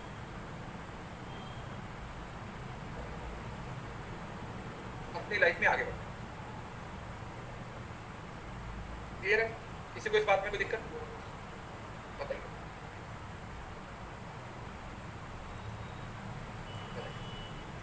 समझ आ गया? किसी को कोई दिक्कत, किसी को कोई तकलीफ? इस पीडीएफ को डाउनलोड कर लेना, और इसमें जो एंड्रागॉजी है इसका पूरा टॉप चार्ट दिया हुआ है, ये पूरा टॉपिक दिया हुआ है, और उसके बाद ह्यूटागॉजी भी पूरा दिया हुआ है। तो ये आपने घर से पढ़ के आना है। कल पहले आपको यही पढ़ाऊंगा, डिफरेंट वगैरह बहुत अच्छे से प्रेजेंटेशन दी हुई है, सारा अच्छे से पढ़ के आइए। उसके बाद हम फिर आगे का टॉपिक है हमारा इंडिविजुअल डिफरेंस करते हैं। इंडिविजुअल कल सैटरडे है, कल क्या है? कल सैटरडे। चलिए, इसकी पीडीएफ डाउनलोड कर लेना, एक आध घंटे बाद आ जाएगी। अगर आगे की जिंदगी टीचिंग का मतलब क्या होता है? एक्सपेरिमेंटल में आप बच्चों को एक्सपेरिमेंट करने के लिए क्या करते हो? प्रमोट करते हो कि आप एक्सपेरिमेंट करो, और फिर वो एक्सपेरिमेंट से आप उनको सिखाने की कोशिश करो। बच्चों को एक्सपेरिमेंट की हेल्प से क्या करते हो? किसी को कोई बच्चा हुआ क्लास का बच्चा, फिर अगर उसके आगे हो चुके हैं लर्नर पर आ जाती है, अंडरस्टैंडिंग लेवल आपकी एंड्रागॉजी में आ जाती है, अडल्ट लर्निंग का पार्ट बन जाता है। तो अगर जैसे आप मेमोरी और अंडरस्टैंडिंग लेवल को कंपेयर कर रहे थे, तो यहाँ पर क्या लिखा होगा? मैथ को। तो ये अपने आप अडल्ट को पढ़ा रहे हैं। यहाँ पर बच्चे जो इंटरेक्ट करते हैं, देन डिस्कवरी पे फोकस करने का पार्ट, पे फोकस करने की कोशिश का पार्ट, क्योंकि बच्चे तो अभी इस नॉलेज को इन सब मिलके में तो बच्चे सिर्फ exam pass. Importance of grades, बच्चों के लिए ग्रेड्स बहुत इंपॉर्टेंट होते हैं। बच्चे बच्चों को कंपैरिजन चार्ट समझा दो।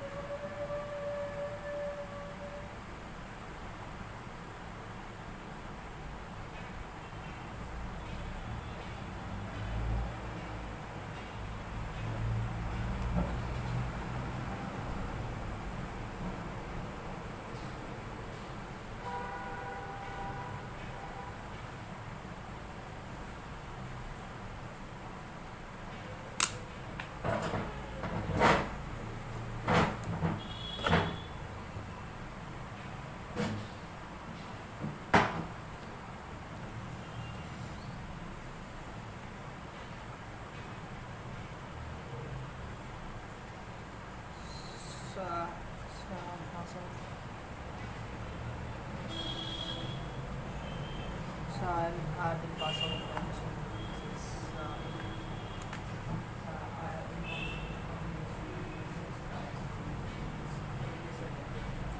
So it will be a great honor. It will be an honor for me to serve.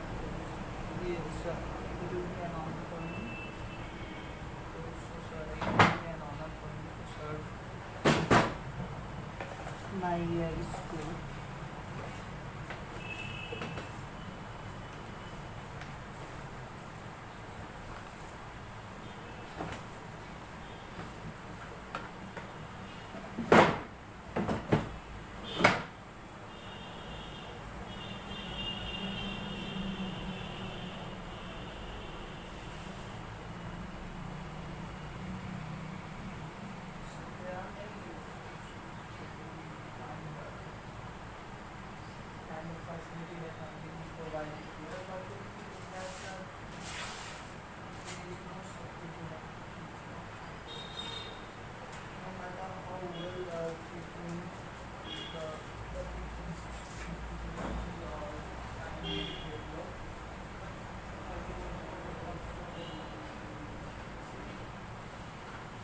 personal habits of citizens.